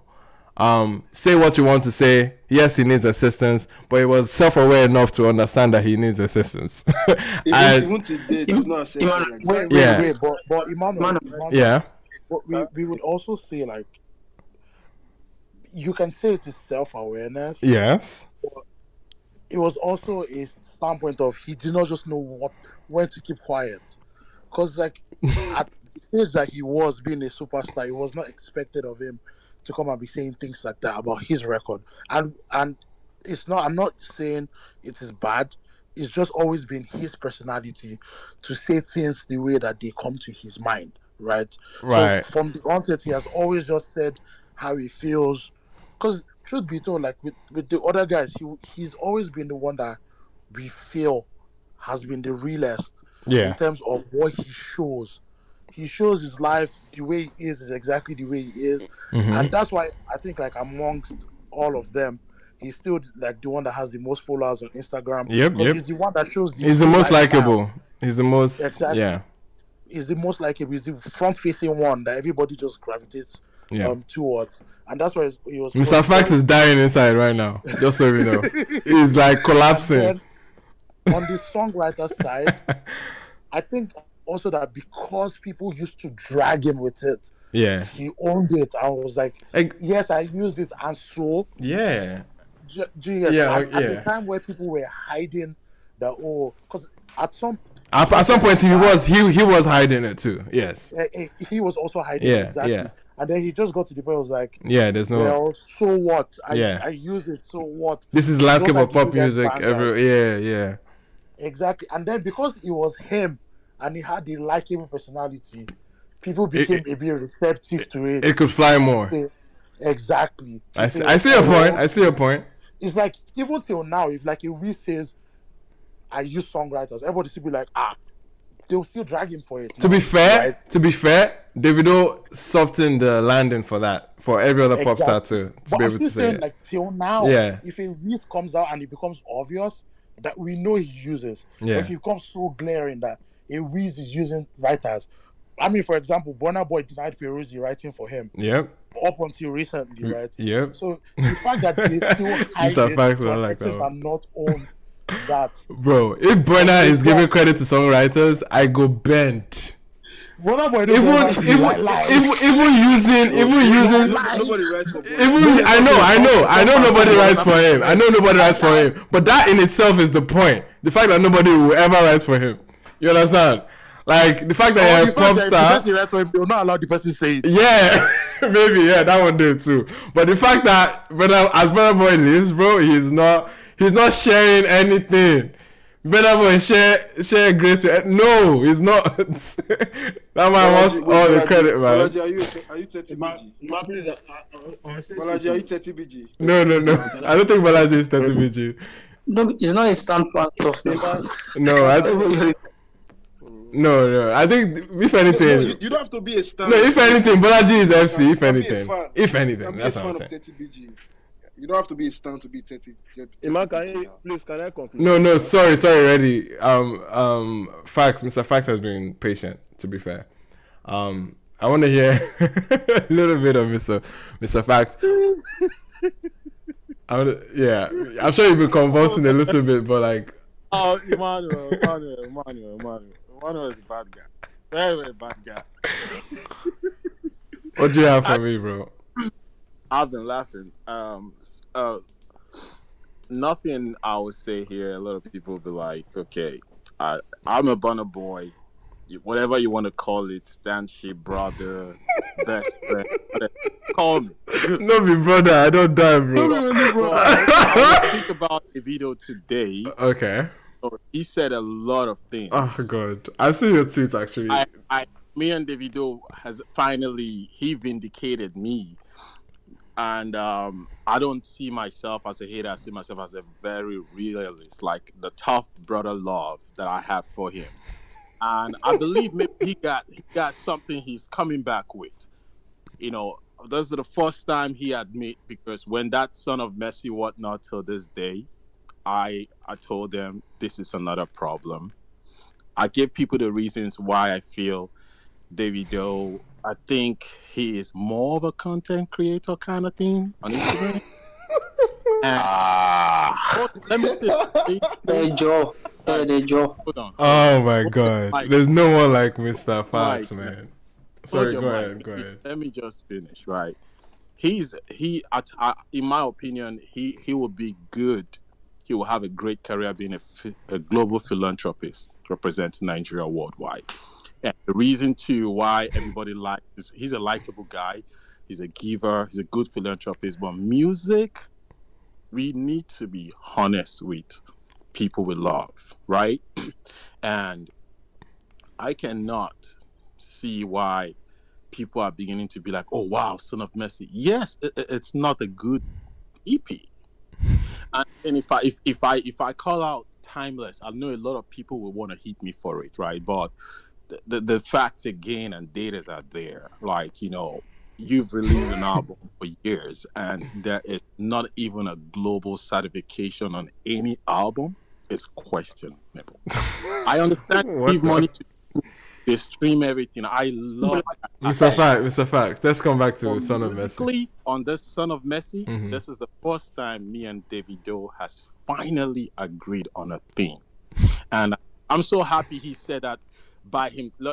People would have called me all sort of names, but all the people who called me all the evil whatnot names back then when I was saying this, today he vindicated me. So that's just what I really wanted to say about the Son of Messi. Okay, thank you very much. But truth be told, nobody would have attacked you if you said Yeah. Everybody Most people would say it. And this is not even the first time Davido is saying it. Yeah, exactly. Exactly. Said this like That- 5 times. I 5 times I know, Yeah. sir. You want to beg or something, so. All right, real quick. Kanye rest. I feel like we're missing the point. We missed the entire point of why he said what he said. Yeah. He said what he said. It's to go back home to the He hood. did that album. No, exactly. Yes. But the reason he said all of that was he did that album to satisfy the record label people. All right. They told him to do this song. You get. They told him to do those songs. They chose the songs for him, and like they were his A&R at the point in time. Yeah. Can you hear me? Yeah. You get. So we are missing the point. So all he was saying was that was when he was trying to when he was trying to satisfy the American market, and then he had to come back home and find his roots. That's the point. Brief. Thank you very much. Very valid point. Exactly. Nostalgia Merchants. Thank you so much for having me on this space again. Thank you. I just want to say, yeah, Kanye West is so right. Like, this is not about flop and stuff. Like, the reason why I said that was because he just wasn't satisfied. He just felt like the album was more of a push from his label rather than a personal work from his end. Mm-hmm. So that could be like a factor as to why he considers it a failure and stuff.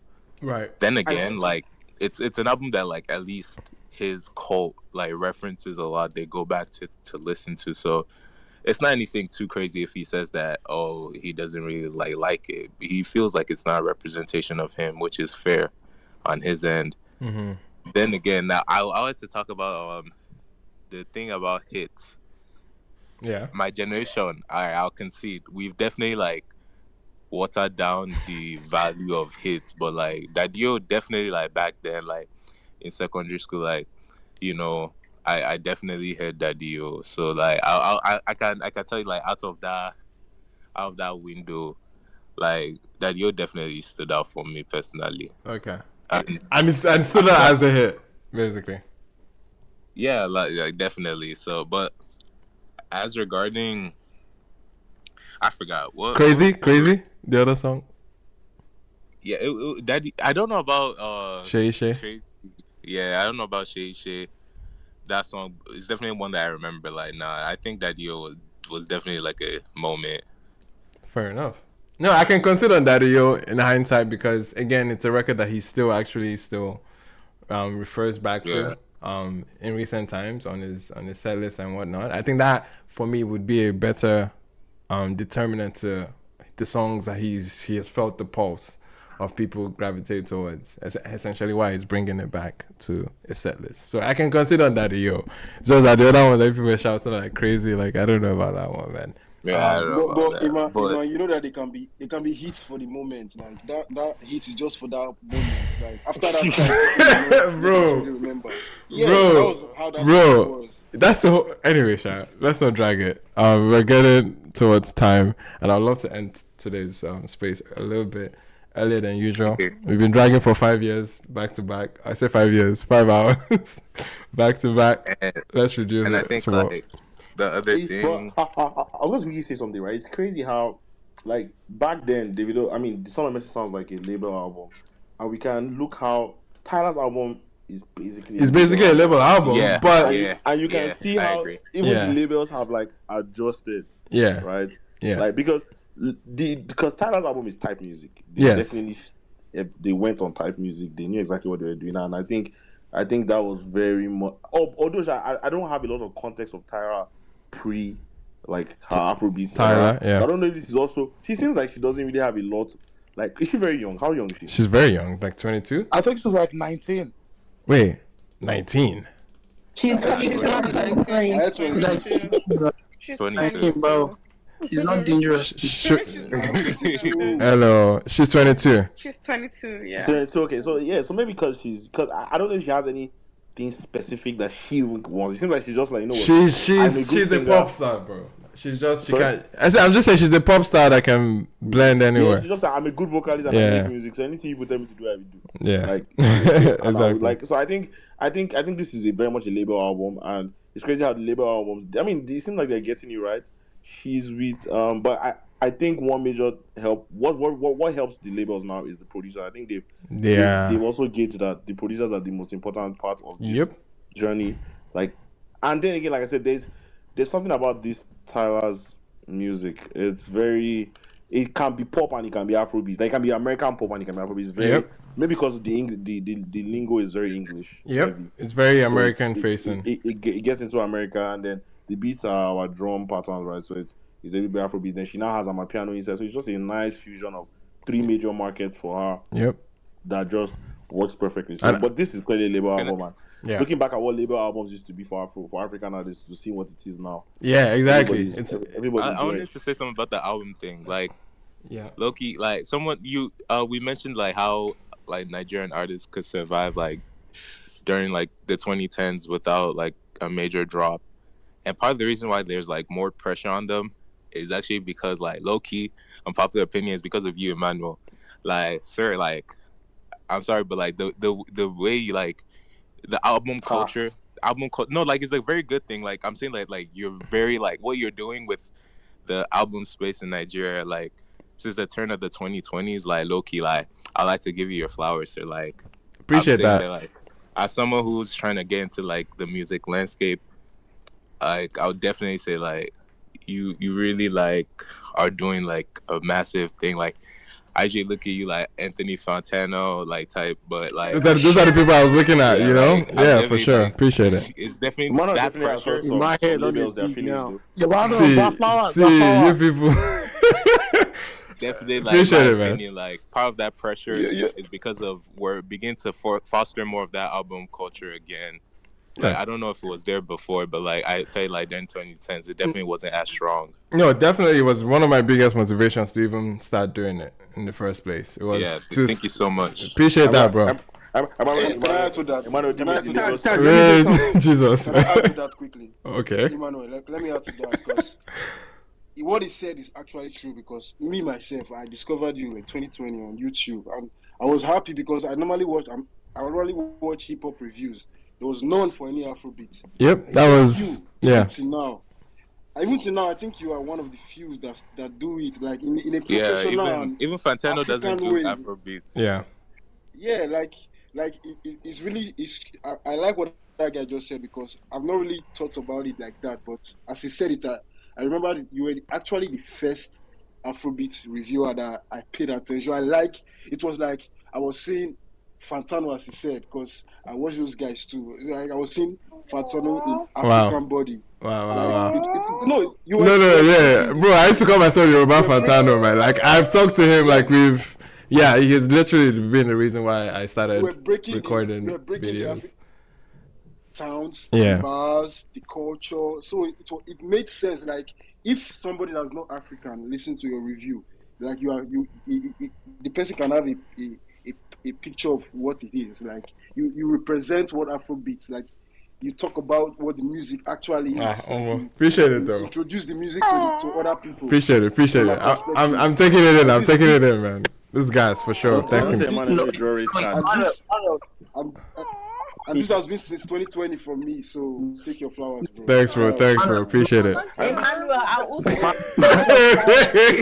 Oh my god, yeah. Like This is not normal, but I've been watching since 22, but it Please, was we are released like taking the bookings. one This they one, everybody's call. just calling Emmanuel. We are taking bookings. I beg Emmanuel are the man of the moment now. I beg go Peter. I beg. yeah, My thanks. favorite part I beg, about go all of make this, my favorite everybody part give about him his all of flowers, this is please. that my favorite part about all of this is that nobody's calling me Kamari Papi. That's my favorite. Belema, relax. I'm already man who did his made the Lagos. We are already family now. Yeah. Family of the Man, I saw that this better. This made the Lagos review. I was thinking now. It was the one they call. It was the one they call review. I started laughing.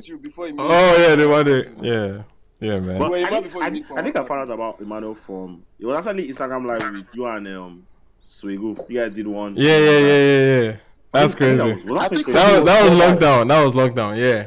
Yeah, I think everybody's covered. A lot of people want to cover 2020. It was 2020, bro. Yeah, 2020. I think I discovered him on Clubhouse. Yeah. 2020 Clubhouse. Bro, pandemic. I discovered it through Clubhouse. Yeah, Clubhouse was an everyday thing, man.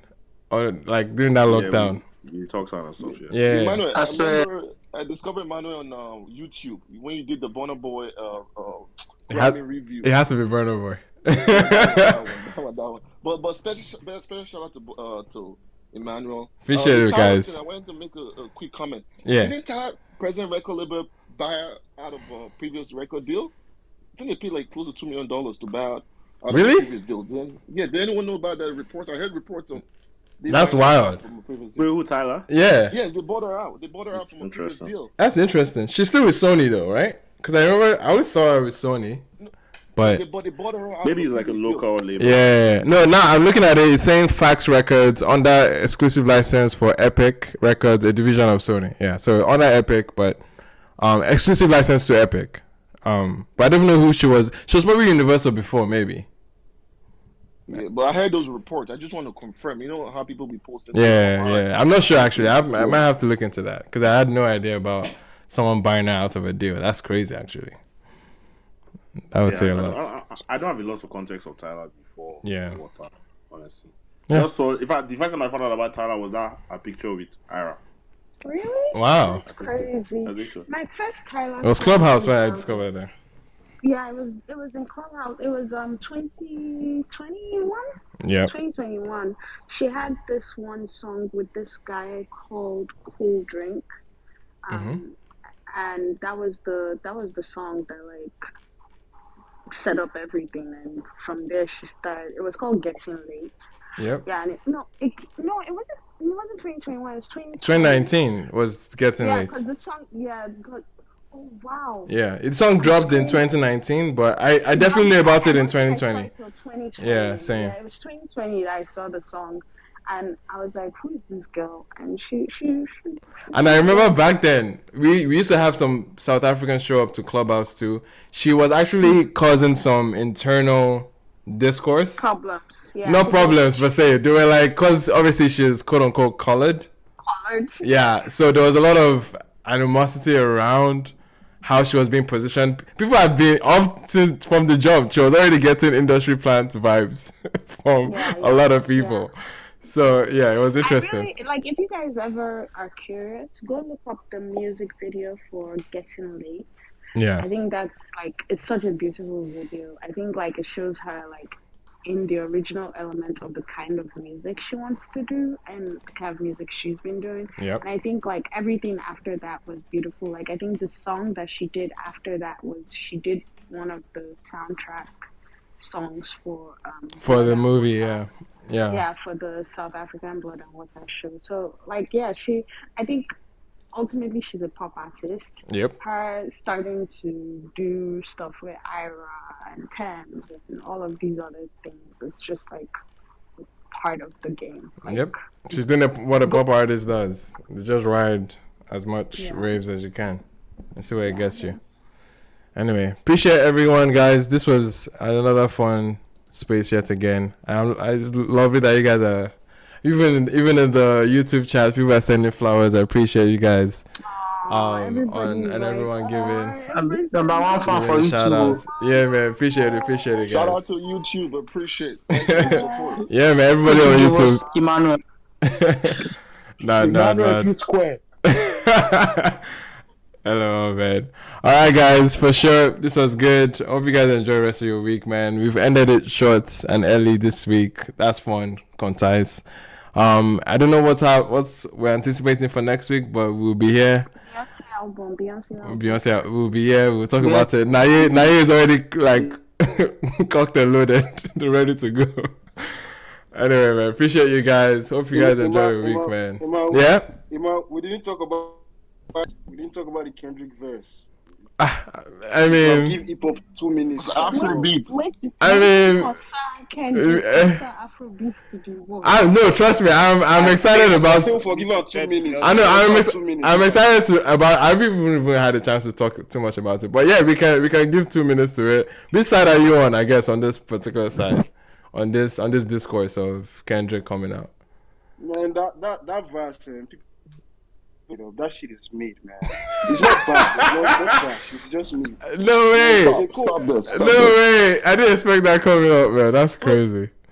Bro, that shit was made, man. I'm not saying it's whack. I'm not saying it's bad. I'm saying it's made. It's not mind blowing. The flows was not tight. So the standard, No, you're lying. Yeah, nah, BSH. So the standard, right? I saw a tweet that says. Let me finish. See, wait. Now let me talk. Let me talk. Okay. So let him finish the stance. See, when I'm judging Kendrick Lamar, I'm not judging Devoli from Nigeria. I'm judging the GOAT. Yo, I'm judging the GOAT. I'm sorry, that's racist. What about? I don't know if racist is the word to use here, bro. Emmanuel, let me ask you a quick question. If I said future, it would have been okay. Yes. Because I just used Devoli. Why they use Devoli from where, man? I love Devoli. What did Devoli do you? What did Devoli do you? Devoli is not good to me. It's not good. BSH, who do you listen to? Which hip hop artists do you listen to? He didn't even call our greats. Okay, let me tell you now. I listen to hip hop a lot, so I can give you a list. I listen to Ransom. You know Ransom?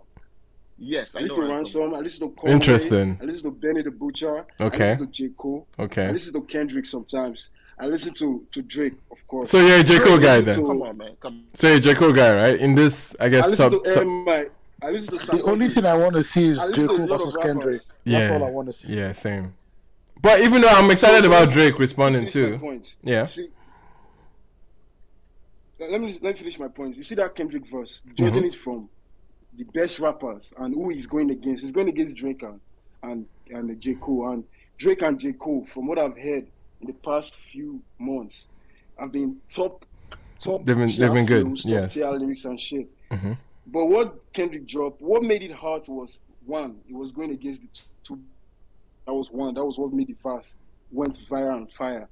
Second, the flows was not that spectacular. It was a bro. The flow is heavy, bro. Should I tell you why the flow is heavy, bro? People are twerking to it. That's how good the flow is. People are twerking to that record already. Like it's it's actually a club hit. Like it's going to age like a hit, bro. It's so the flows is not anything I'm going to take away from it. The flows actually work. Let's be honest, man. We are just gassing this shit because it's Kendrick. If that flow was flown by another rapper. Nah, flow. Well, okay. I think you can say a lot about it, but flow is not one of those points.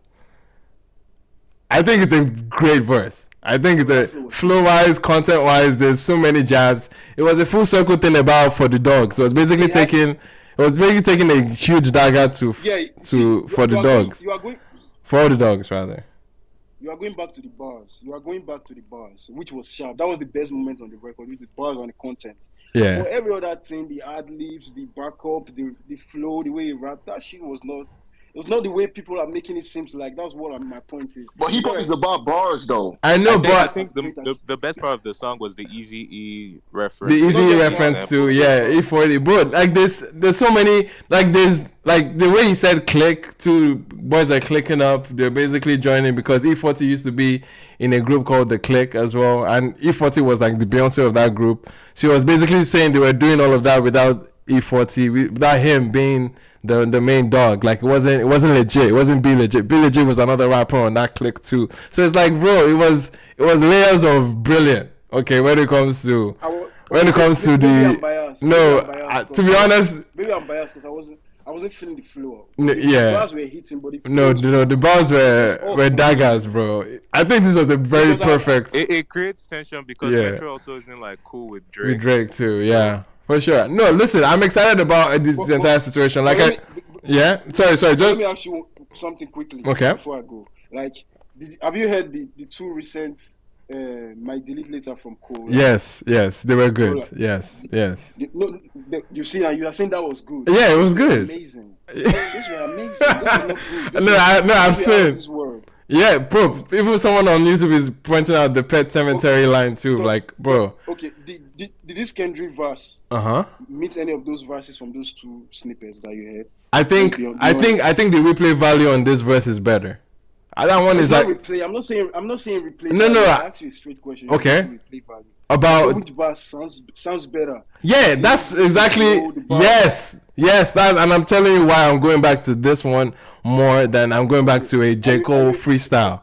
That was a snippet. Exactly. But this is a full-fledged record that has a Metro Boomin like type beat. Obviously, it's banging for the club. But Kendrick is sitting in the nice pockets on the beat.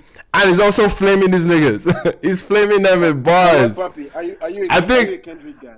Let me just know. I love three of them for different reasons. But when it comes to the superpower of Kendrick, from the big three. That's what I'm from asking. The big three. Is Kendrick your guy? I've never asked who my guy is, but I think in hindsight, I've come to realize it's probably Kendrick. But I give Drake a bigger. Yeah, I knew it. Stance. No. I give Drake a bigger stance based on I